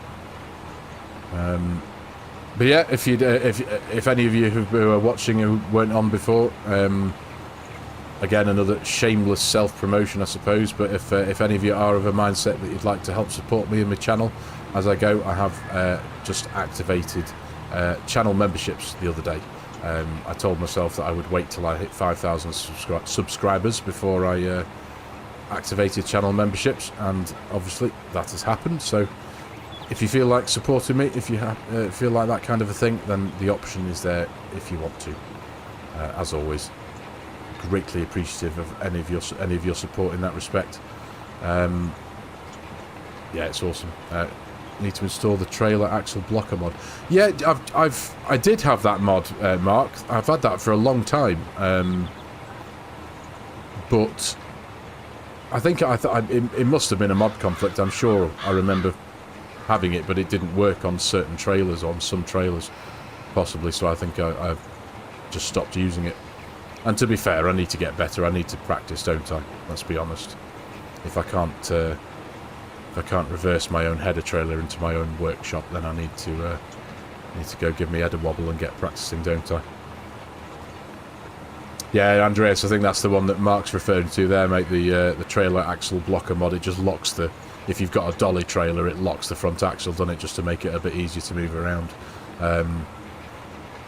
But it is much easier to do it from the front of the tractor. So if your tractor's got a hitch on the front, moving it, instead of reversing it into a shed, you drive it forwards into a shed, if that makes any sense, and it is considerably easier. Still tricky, but considerably easier. Make it a pull-through workshop. Yeah, oh yeah, that's the other way of doing it, is make sure you can drive in and out of your workshop, and then you won't have that problem. I kind of can't on here though, can I? I really can't. How are we doing for seed? What are we at there? 87%. That's not bad. Not bad. So yeah. Well, like I said, I thought I'd stitch these two fields together. I did get asked in one of my comments, I think it was by one of my regular viewers, Chris B. He'd asked why I hadn't done the same bit of work with the two islands that I've got in the field now. But as you can see, they've both got those like really nice decorative wooden retaining walls in there. And I didn't want to landscape, and I don't know if I can delete them anyway, but I didn't want to landscape over them because I couldn't smooth the field off as I'd like to with those there. So yeah, I've kind of kept them as because I can't imagine how much work Edo Mod just to make those thingies there, the retaining walls. They must have had many hours in them just to make those, so I didn't want to just landscape over them or anything. I kind of had to keep them. Christian Rusberg, there we go, mate. Welcome to the channel. FARMERSIM's farm hand. Do you know what? I spent probably too much time, but when you create channel memberships, you have to kind of give everything a label, don't you? You know, I know like FSG's got farm worker and farm manager, so obviously I didn't want to copy him. Obviously I had to try and think of some name to put towards it. So yeah, FARMERSIM's farm hand, that's what I came up with. But thank you, Christian, really appreciate that, mate. Really appreciate your support. That's very kind, mate. Welcome welcome to the channel as a member, I guess. There we go. As I did mention earlier, I do plan at some point in the future, whether it's probably a little bit away yet, because like I said, I've got to make the channel membership thing fund the cost of the servers that I will be likely creating in the near future. But if I did create some servers, here's a question for you all. If I did go to create a couple of servers, I don't know how many I'll be able to manage initially, because I think one of them is enough admin and maintenance on its own, let alone 2 or 3. But if I did do a server, what maps would you like to see on there? Do you think maybe a mixture of each, maybe a nice big American map and a nice UK map potentially, and somewhere in between? Would that be the kind of thing that you guys would like to see if you'd be up for playing on some servers like that? Because as a eventually the detail, when I do get them sorted and I get details out as a member of the channel, because I do only have the 1 tier available, as a member of the channel you will have access to servers that I get sorted at some point. Thank you very much, Christian. That's really kind, mate. Honestly, really appreciate your support, dude. Merchant of Karma, hello, mate. How you doing? Good to see you. Cheers for joining us. I hope you're well, mate. Hope you're well. An American map would be great. Okay, mate. A bit of both, says Andreas. I'm sure. Well, if I go for more than 1 server, maybe if I went for 2 servers potentially, then initially anyway, until I can find my feet with them, we'll go for a nice big American map, and we'll go for a nice UK, or at least a detailed European. I mean, if this one will work on I don't know if this, as gorgeous and as beautiful as this map is, I don't know if it'd be multiplayer-esque. Do you think? I suppose it's not really a multiplayer suitable map, I suppose. Is it really? It was a tough evening, but now all's good. I hope everything's alright, Merchant, mate. I hope you're all okay. Hope it wasn't too tough. Bally Spring, says Andreas. Maybe, mate, yes. Well, it's certainly a good contender for a UK European small knit map. I know if it was me, if I had to choose, initially, if it was one of them, it would be a choice between Calmsden, Court Farms, or Ballyspring. I think that would be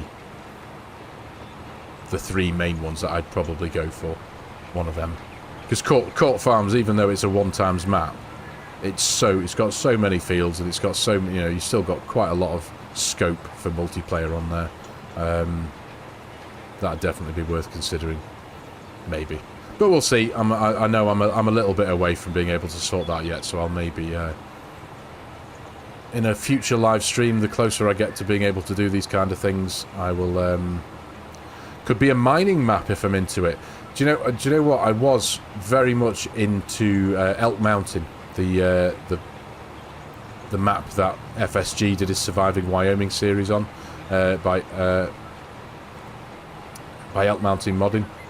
That is a gorgeous map, and it's just got a bit of everything in it. I love that map. And it's got a whopping great big mine at the top of it as well, and it's so you could just do a little bit of everything. It's absolutely amazing. Like Yukon, yeah, that's a 16x in it, the Yukon. Argsy's got a series on there, hasn't he? I do like Yukon. I do like a big map, I've got to say. A whopper. Spring Creek and Yukon Valley, and there's a few more. Forgive me, I'm just going to have to stop for a sip of water. Yeah, they're perfect multiplayer maps, aren't they? But it'd be so it really would be such a cool thing to get a load of you onto some servers, and I'll obviously jump on there at every available opportunity I can to jump on there and join you and give you a bit of a pound and get a bit of work done. Definitely be up for that. Absolutely. Right, do you know what? I think I've done enough headlands now. Let's try and merge this one into here, because initially I'm talking to you and just driving around in circles, I think. So let's get that lifted up, and let's, I mean, any direction's as good as any, isn't it? But let's just go. I'm not even going to use, I do have GPS installed, but I'm not even going to use that. I'm just going to do it by eye and just do some up and down rows now, and see if we can concentrate on the chat while I'm driving in a straight line. What can go wrong? Let's get rid of that Courseplay course, actually. There we go. In fact, I'm at 70% seed, so I can get rid of the heads-up display as well. There we go. So yeah, server maps, I'll definitely, there will be a bit of thought, quite a lot of thought going into that now, actually, on my side anyway. I need to have what will potentially be quite a lengthy conversation with Mark at some point soon to get so much help off him. The mod manager mod for a start, that's one thing I need to get my noodle around, and potentially just maybe ask your advice and as to what really has to go into maintaining a constantly active multiplayer server, because it does seem like there's quite a lot of work to go into it in the background, definitely, for sure. But I'll get there one day. I'll get there. I will. I'll get there. That I will.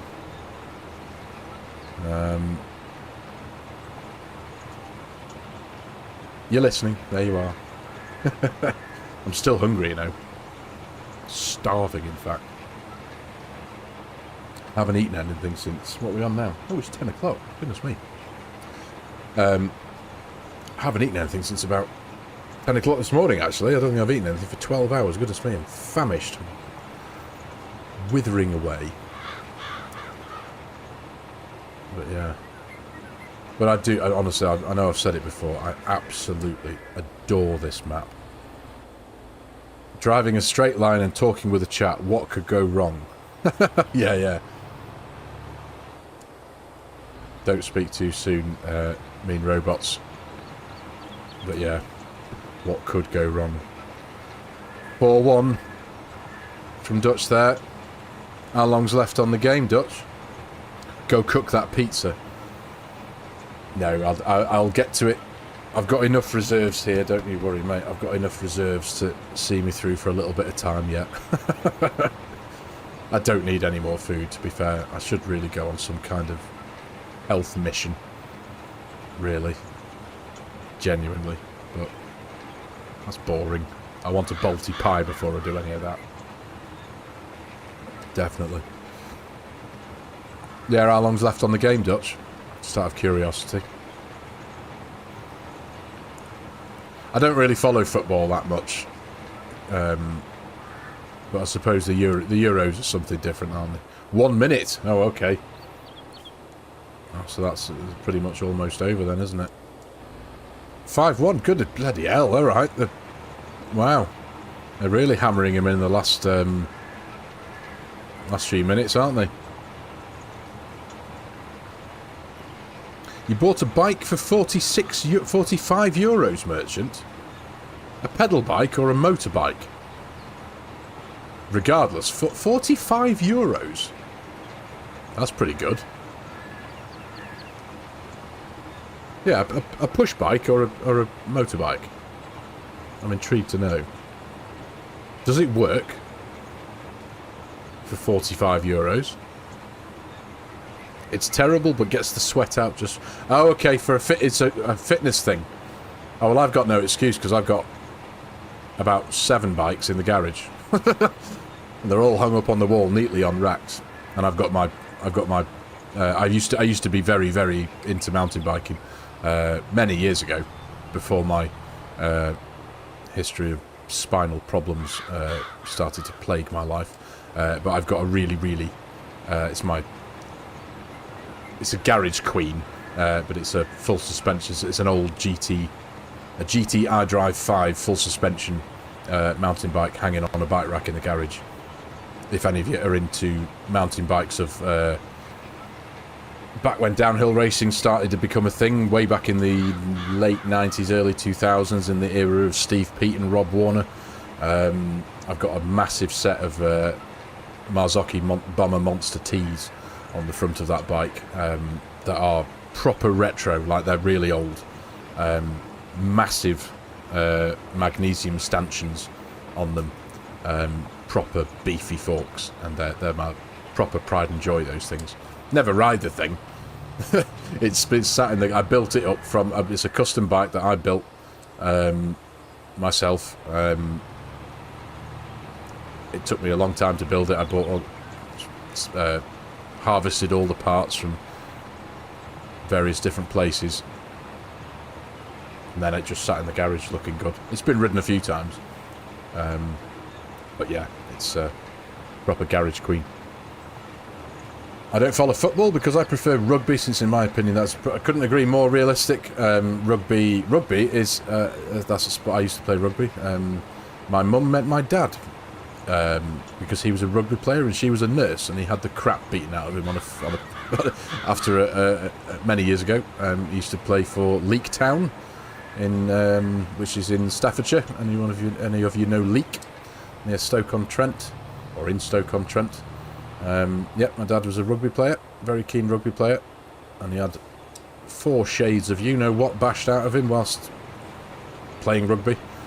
And my mum happened to be there with a friend. She was a nurse. And then I appeared years later. There you go. And then my brother, and then my sister. So there you go. Yes, rugby's... Totally love a bit of rugby. Completely agree, mate. Smoke on stench.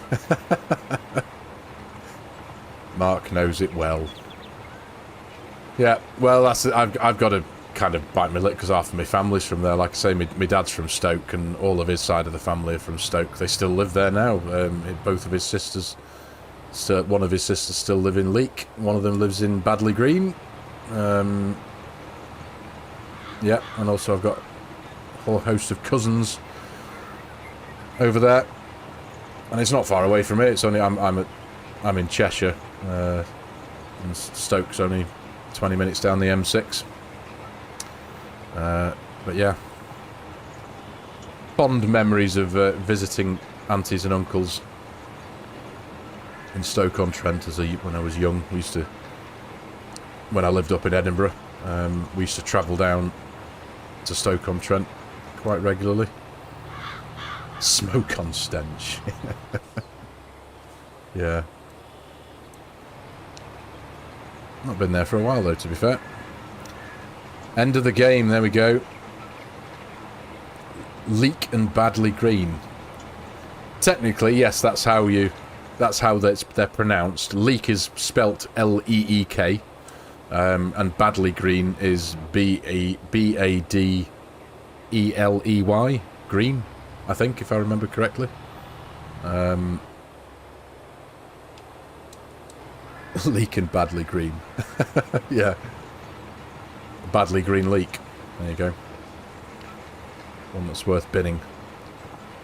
I support the Scottish rugby since I live in... You live in Scotland, do you really? Whereabouts in Scotland are you, mate? Because I hail from Scotland. I used to live, I believe, not very far from where our good friend, the FARMERSIM guy, currently lives.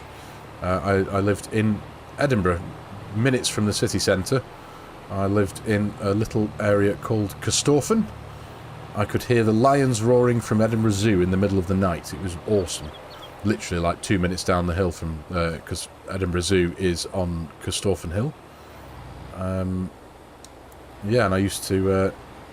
in the middle of the night, you could probably... If you had your window open in the summer when it was dead warm, you could hear the proper... And it was like... As a young kid, it was proper cool. But yeah, they were like less than a mile away from me. It was way cool. Yeah, whereabouts in Scotland are you, mate? Because Scotland is one of the most beautiful countries. You're all more up in the north of Scotland. Anywhere near Crieff, Perthshire? We used to go to Crieff. Excuse me, Crieff Hydro. We used to holiday in Crieff Hydro every year for many years. I have very fond memories of going up there. Ewan McGregor used to work at Crieff Hydro. There you go. There's a little bit of a pointlessly, unnecessarily boring fact. Crieff Hydro is a relatively nice hotel and leisure complex in the hills of Perthshire, in a lovely little town called Crieff, funnily enough. But yeah, he used to work there. Right, what am I doing here now? I'll just leave that patch there for no apparent reason, because I'm going to straight line it all the way up there. Andreas, my wife comes from a little village outside Edinburgh. What's the little village, mate? But yeah, Scotland, Edinburgh is... Well, it's my hometown. It's my home country, isn't it? I'm going to be a bit biased, but it is gorgeous. I miss Scotland so much.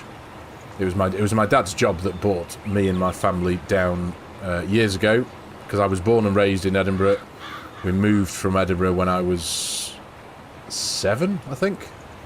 We moved to Geordieland, Newcastle upon Tyne, for several years, and then Dad's job brought us down here to Cheshire, where I am now.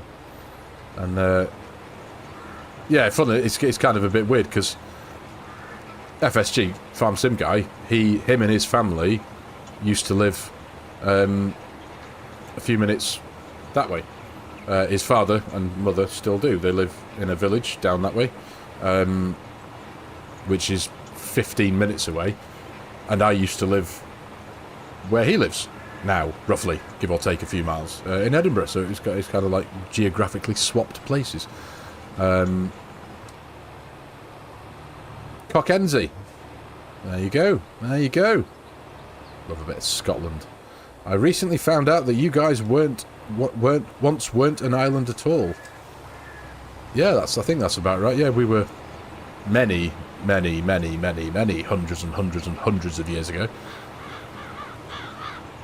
AI Farmer, hello mate. Hey, do you have access to Chasing the Sun? And if so, have you watched it? I don't. AI Farmer, what's Chasing the Sun, mate? Is it a TV show? I used to go to a Volkswagen show in Newquay called Run to the Sun. That used to be a thing that was on most years. That was an awesome experience. Again, very fond memories of spending a summer in Newquay, surrounded by awesome old air-cooled Volkswagens. But no, I've never heard of Chasing the Sun, mate. What is it? I'm intrigued. Is it a TV show? Because I do love a TV show. Myself and Mrs. FARMERSIM are currently absolutely neck deep in a TV show called The Blacklist at the minute, and it's absolutely mega. We were trying to find a TV show that there was lots of it, so that we could just binge it for as long as possible. And there's like 10 seasons of this TV show, all with like 22 episodes in each season. Chasing the Sun, available on the Rugby Pass app. Oh, so it's something to do with rugby. Chimera. There she is. Hello, mate. Hello. How are you doing, mate? You okay? Good to see you. Thanks for joining us, love. Good to see you, mate. Hope you're well. How's things? Thank you very much for joining us on your Friday evening. Welcome to the 5,000 subscriber special. I mean, it's not that special, is it? It's just a normal live stream with some idiot driving a tractor in a field. I'm doing quite a good job of driving in straight lines at the minute, though, without my GPS or Courseplay. Done all this by hand so far. But yeah, 5,000 subscribers, Chimera. I'm well chuffed with that. And it's all thanks to all of you wonderful people who have helped get the channel to where it is today. Happy Friday, mate. You better beat it. Yep, I'm good, mate. I'm all good. Thank you very much. Very glad to be here. It's been a while since I've done a live stream, since you've seen my ugly mush on the internet. And I figured now was a very good time to rectify that. And I think, like I said earlier, much earlier on at the beginning of this stream, I've kind of been saturated with this Deutschland map, especially this week. Anyway, I did.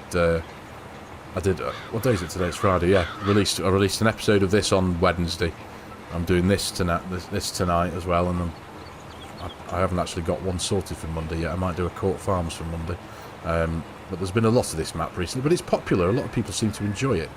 I know you enjoy it, don't you, Chimera? You commented in one of the videos, didn't you, that it's equally as enjoyable to watch videos on it as it is to play it, because it is a beautiful map.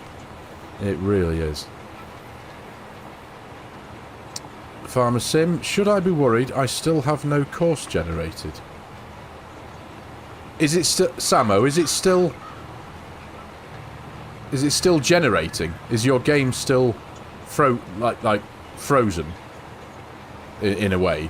Is it still trying to generate the map? Because genuinely, what time was it? I seem to remember was it 8:47. I think that you'd said it'd be, but I think at 8:47 you said that it had been going for 13 minutes. Is that right? Am I correct in saying that? Because you're trying to generate a Courseplay course on a 175-acre field, which is pretty bloody vast, if you ask me, for 4 tools. Is that right? So and if you haven't got, I mean, what's your processor? Because I'm almost confident in saying that generating a course with Courseplay is quite processor intensive. It looks like it is frozen, and yes, it was around. If the game looks like it's frozen, it hasn't, and I can honestly tell you this from many hours, excuse me, of experience working with Courseplay. It will take a very long time, and that's that 175-acre field. I think is, I mean, that's a big field, isn't it? That's a very big field. I'm trying to think of the likes of what we're thinking of. Field 160 in the middle of oh goodness, what's that map called? It's the one I always go to. It's got a massive square field in the middle. I can't think of what it's called, forgive me. And that takes a long time to processor to plot a course for it. And it's not 175 acres, it's way smaller than that. So I mean, it's up to you, mate. I'd probably, I don't know. I'd be tempted to put my extremely patient cap on and just leave it overnight. Possibly, if you were so desperate to get that course created, because that's a very big field. There he is. Ron, hello mate, how you doing? I've just seen a message prop up from you on Discord, mate, asking it literally a second ago. Hello mate, how are you? What was your... Hang on, I can do multiple things at once. I'm driving a tractor, I'm reading Discord, and reading the chat here. Any good British maps that I know of, mate? Honestly, Ron, there's British maps, as in UK maps. There's only 2 in my mind that I know of, that I can think of right now, and that's Carmson and Court Farms. They're the only 2 worth that I can think of right now. I'm sure there may be many others. Yeah, I'm good, thank you, mate. Hope you're well too, pal. I do hope you're well. Yeah, eventually, you know, the question I was asking you before about that thing popping up on Discord. There it is. That my Discord alert for my video popped up 27 minutes ago, Ron. Started this at 8 o'clock. It still works, the main thing is. Yes, I'd when it comes to Courseplay, Samo, the Oaks! Mark, thank you. It was in the back of my mind and I couldn't think it. I'm really terrible at this, aren't I? Trying to do multiple things at once. I haven't even did I lift my cedar up? I didn't, did I? That's terrible. Yes, the Oaks. I've actually been, I've been very fortunate. I'm really excited for this, because this is another first for the channel. I got a message from FARMERSIM Briscoe the other day, I'm quite proud to say.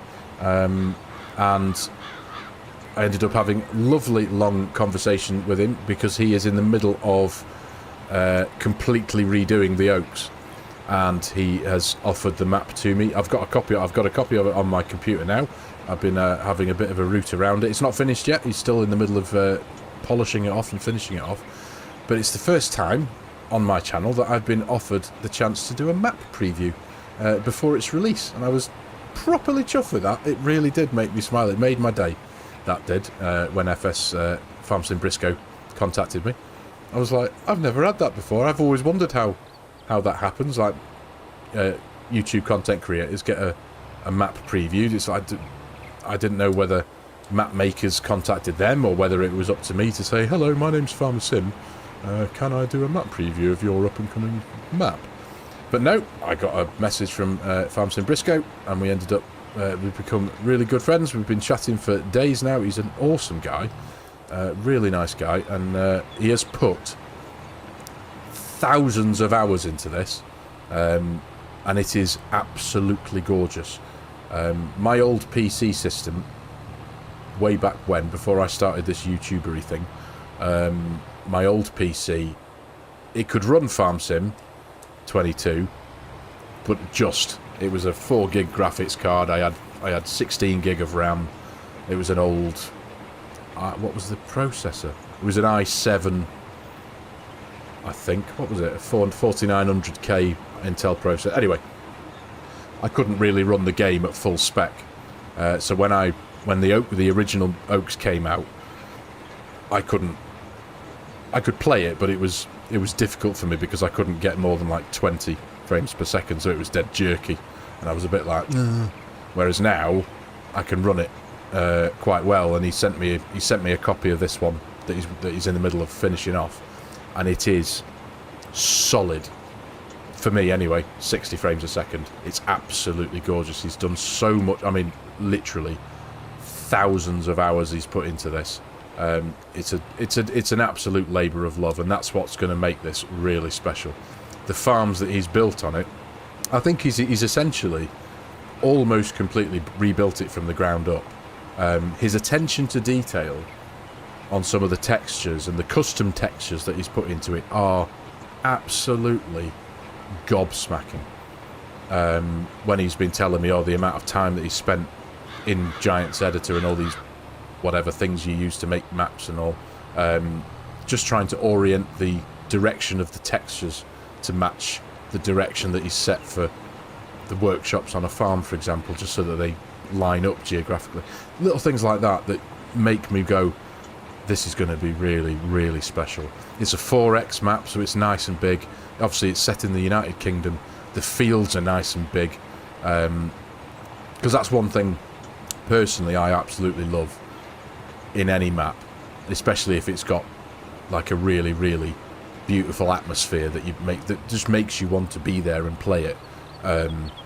Big fields, so that you can get some big machinery in there.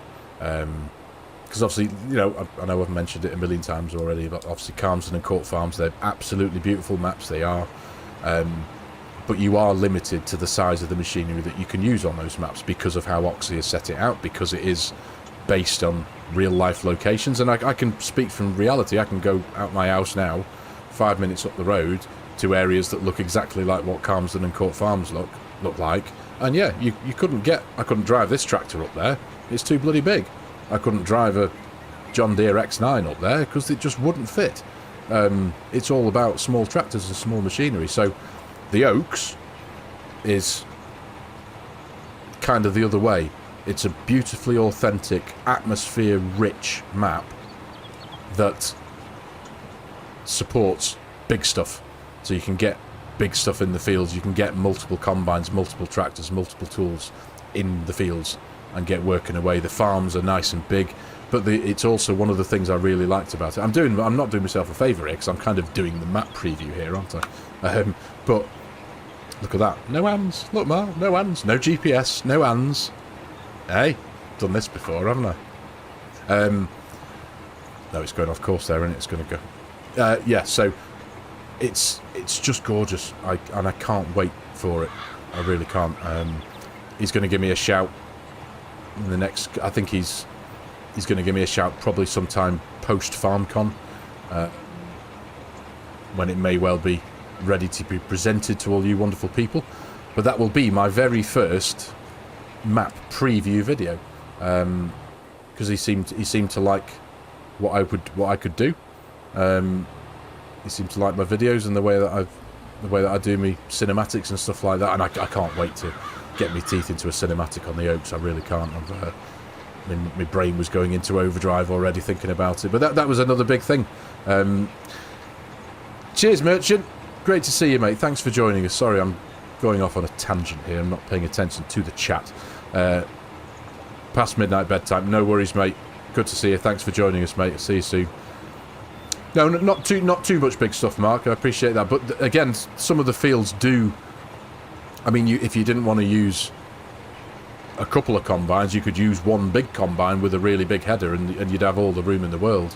The farmyards that he's built are. They look and they feel authentically old and worn and weathered, and that's one thing.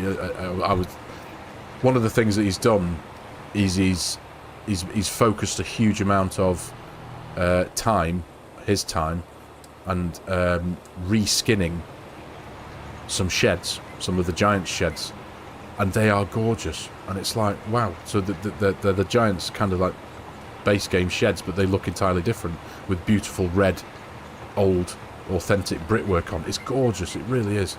And I'm really excited to when he sends me his latest version of it. Yeah, I know he did a stream the other night, and I was really gutted that I missed it. I didn't appreciate that. I only learned that he'd done the stream the day after, so I was like, oh damn, if I'd have known that, I'd have jumped right on there. But he's been doing some testing on there. But yeah, it's that's definitely one to look forward to. We really are. Obviously now we are where we are in the life cycle of Farming Simulator 22. It's amazing that we're getting such a.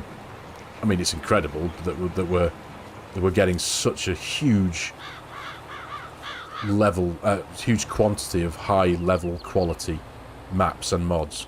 I mean, like you say, yes, it's not been announced. Those of you who missed the beginning of the stream, have you caught up with DJ's one of DJ's videos that he put out earlier today? FarmSim 25 hasn't been officially. It's not been officially announced, but we can now confirm its existence. I mean, we kind of knew it was coming, but it's been. Yeah, it's we can officially confirm its existence now, thanks to a data leak from Epic Games, one of their databases or something. Chimera, anyone play or played on the Old Stream farm? It has an update and expansion coming soon. It has indeed, Chimera. Yeah, someone, forgive me, somebody mentioned that earlier on in the stream, that it's got an update and expansion coming. Black Sheep Modding really have been very busy bees, haven't they? Having recently released that massive building pack for the game. That's quite something, isn't it? In fact, I need to bring up my heads-up display. 23% seed. I reckon we're going to get all this field done, aren't we? Let me just jump into the map PDA. There we go, there we go. Oh, look at that. It's a thing of beauty. We'll have got it all done with one hopper. Excellent stuff. That'll do. It's been quite a long time since I've done a field manually. The recap trailer hinted as well, I would say, since they made it sound like the end of FS22. We are spoilt for great maps. We really are, Chimera, we really are spoilt for great maps. Obviously, we've got this one, which is, again, gorgeous. I love this map.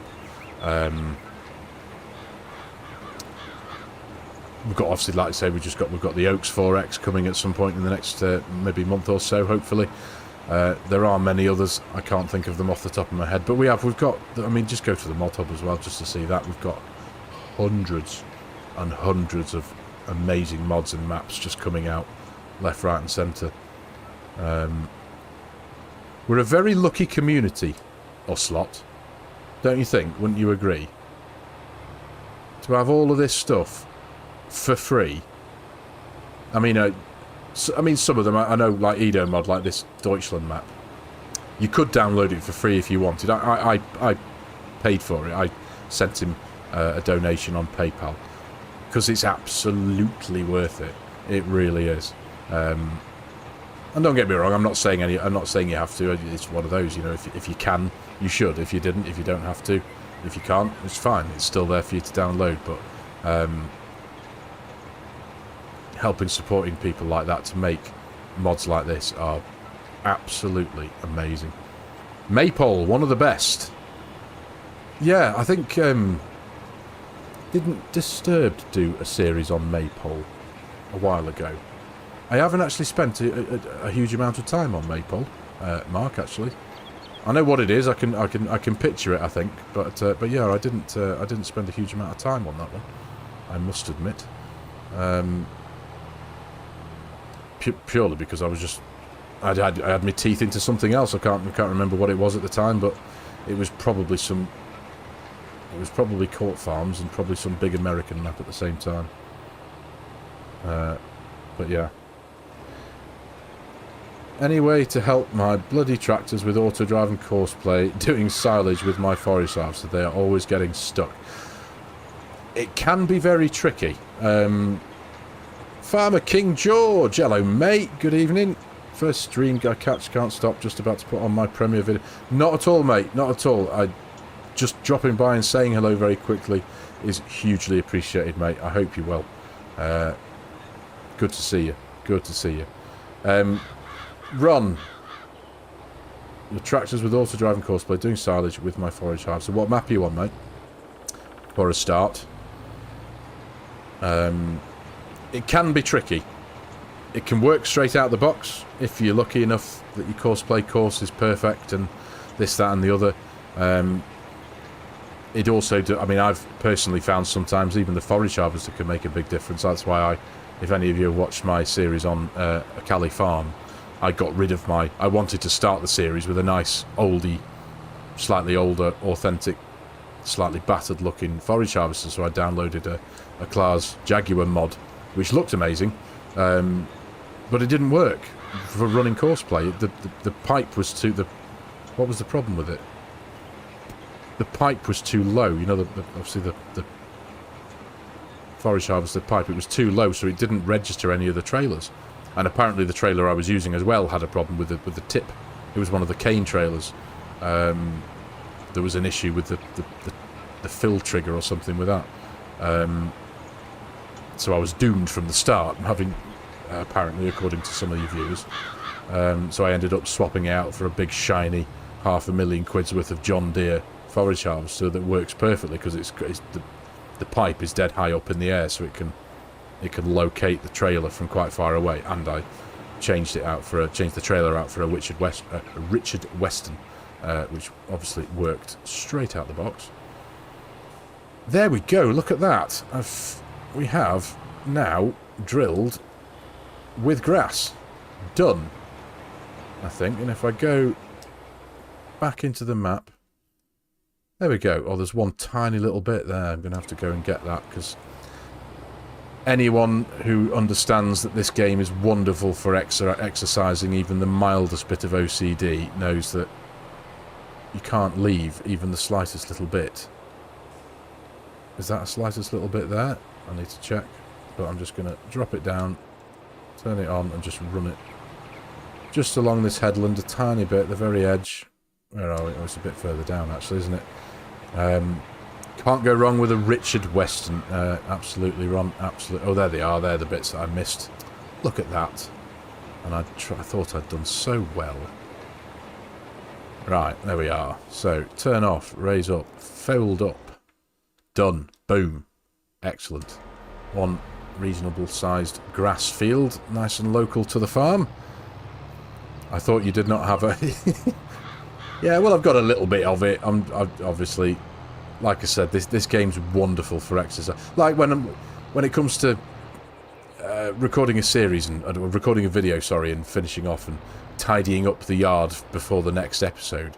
Like, your tractors have all got to be perfectly aligned in your... I can't just, like, get out and hit... I know I did it before. Like, if I get out and look at those, I did those before, left those as they are, in a shabby state. But I can't leave that there now, for example, and then go, right, see you guys, bye, and then just, you know, call end on the stream and turn the game off. I can't leave that there. That's just sacrilege. It's like, no, it's got to be tucked away nicely. It's got to be, I suppose I should clean it for now. I'll put it away for now. But yeah, it's got to be parked away tidily in the shed. Nice and neat. Try not to smash through the pillar. You great pillock. There we are. Make sure to not drive into the machinery that I have behind me. There we go.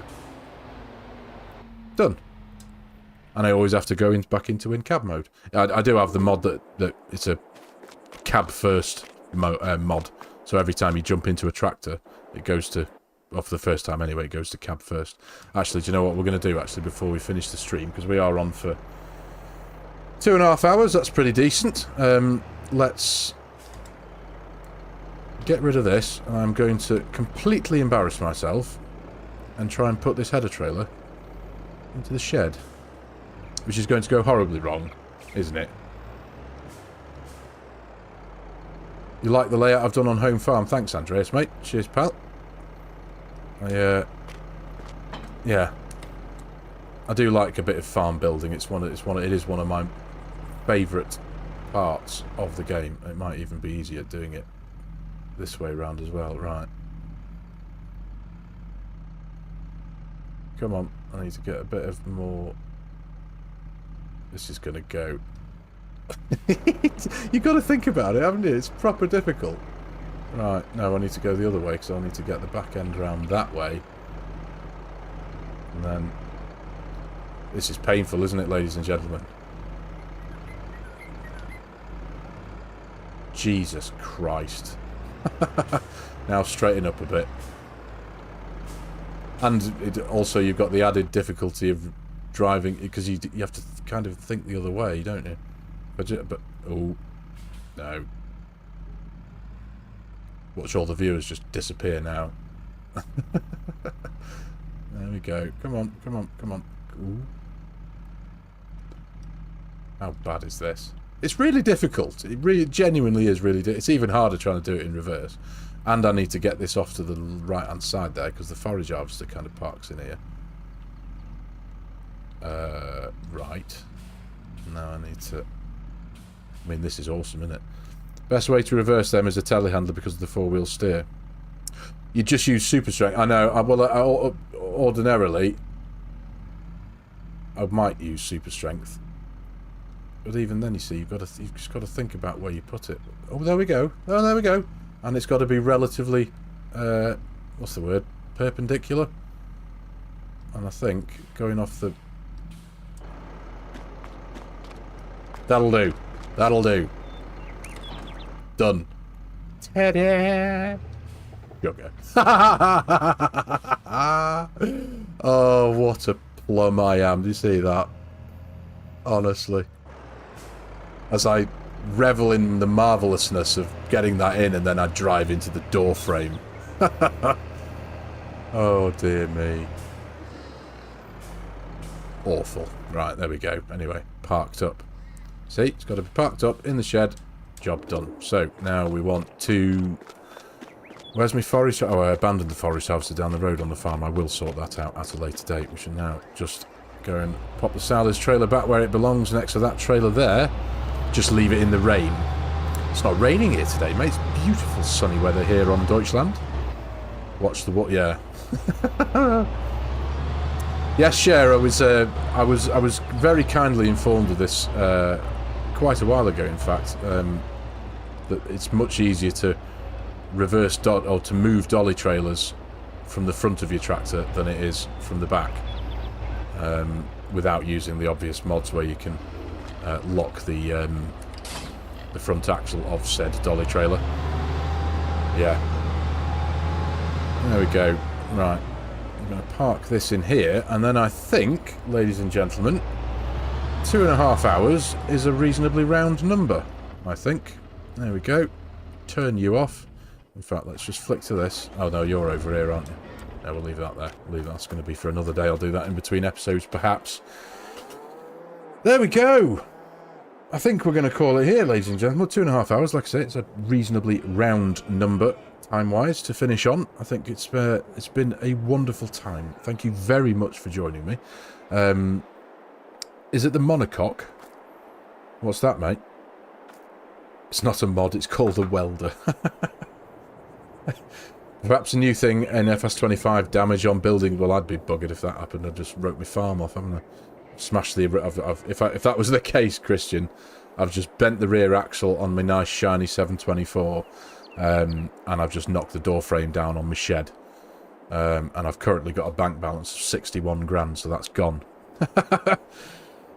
But yeah, mate, guys, honestly, it has been wonderful having you on board. Thank you very much for joining me on this 5,000 subscriber special. Thank you to Jan R, if you're still there, mate. You might have gone by now, but he gifted 20 channel memberships to a few of you, so thank you very much for that. I do have channel memberships are now a thing, like I said before. Last time, promise. Shameless self-promotion, but yeah, if you're in the frame of mind to help support me and my efforts with YouTube, channel memberships are now a thing. There will hopefully be in the future some servers to join that I'm going to try and sort out at some point soon. Cheers, Mark. Thank you very much, mate. Cheers for your time. Hope you've enjoyed it, mate. All of you, thank you. Janar, there you are, mate. Andreas, Mark Haythornthwaite, Ron. All of you, thank you very much indeed. For joining me and spending 2.5 hours of your precious time on your Friday evening with me stream. It's been awesome. Still lurking, mate. Jan, thank you. I really, really appreciate your generosity tonight, mate. Thank you very much. Hugely appreciated. Thank you, Christian. Thank you. Yep, all of you. I've got a lovely, colourful chat there. Green names and blue names. It's awesome. It's really cool. Cheers, Cher. Thank you very much, love, for joining us this evening. Thank you very much. So yeah, everybody, I shall. I'm not sure when I'll be doing another stream yet. I'm going to try and make a point of doing more of these. I do need to. I've had such a huge amount of fun tonight. Maybe on have me pizza now. Yeah, I'll have me pizza. What time is it now? 10:30. Yeah.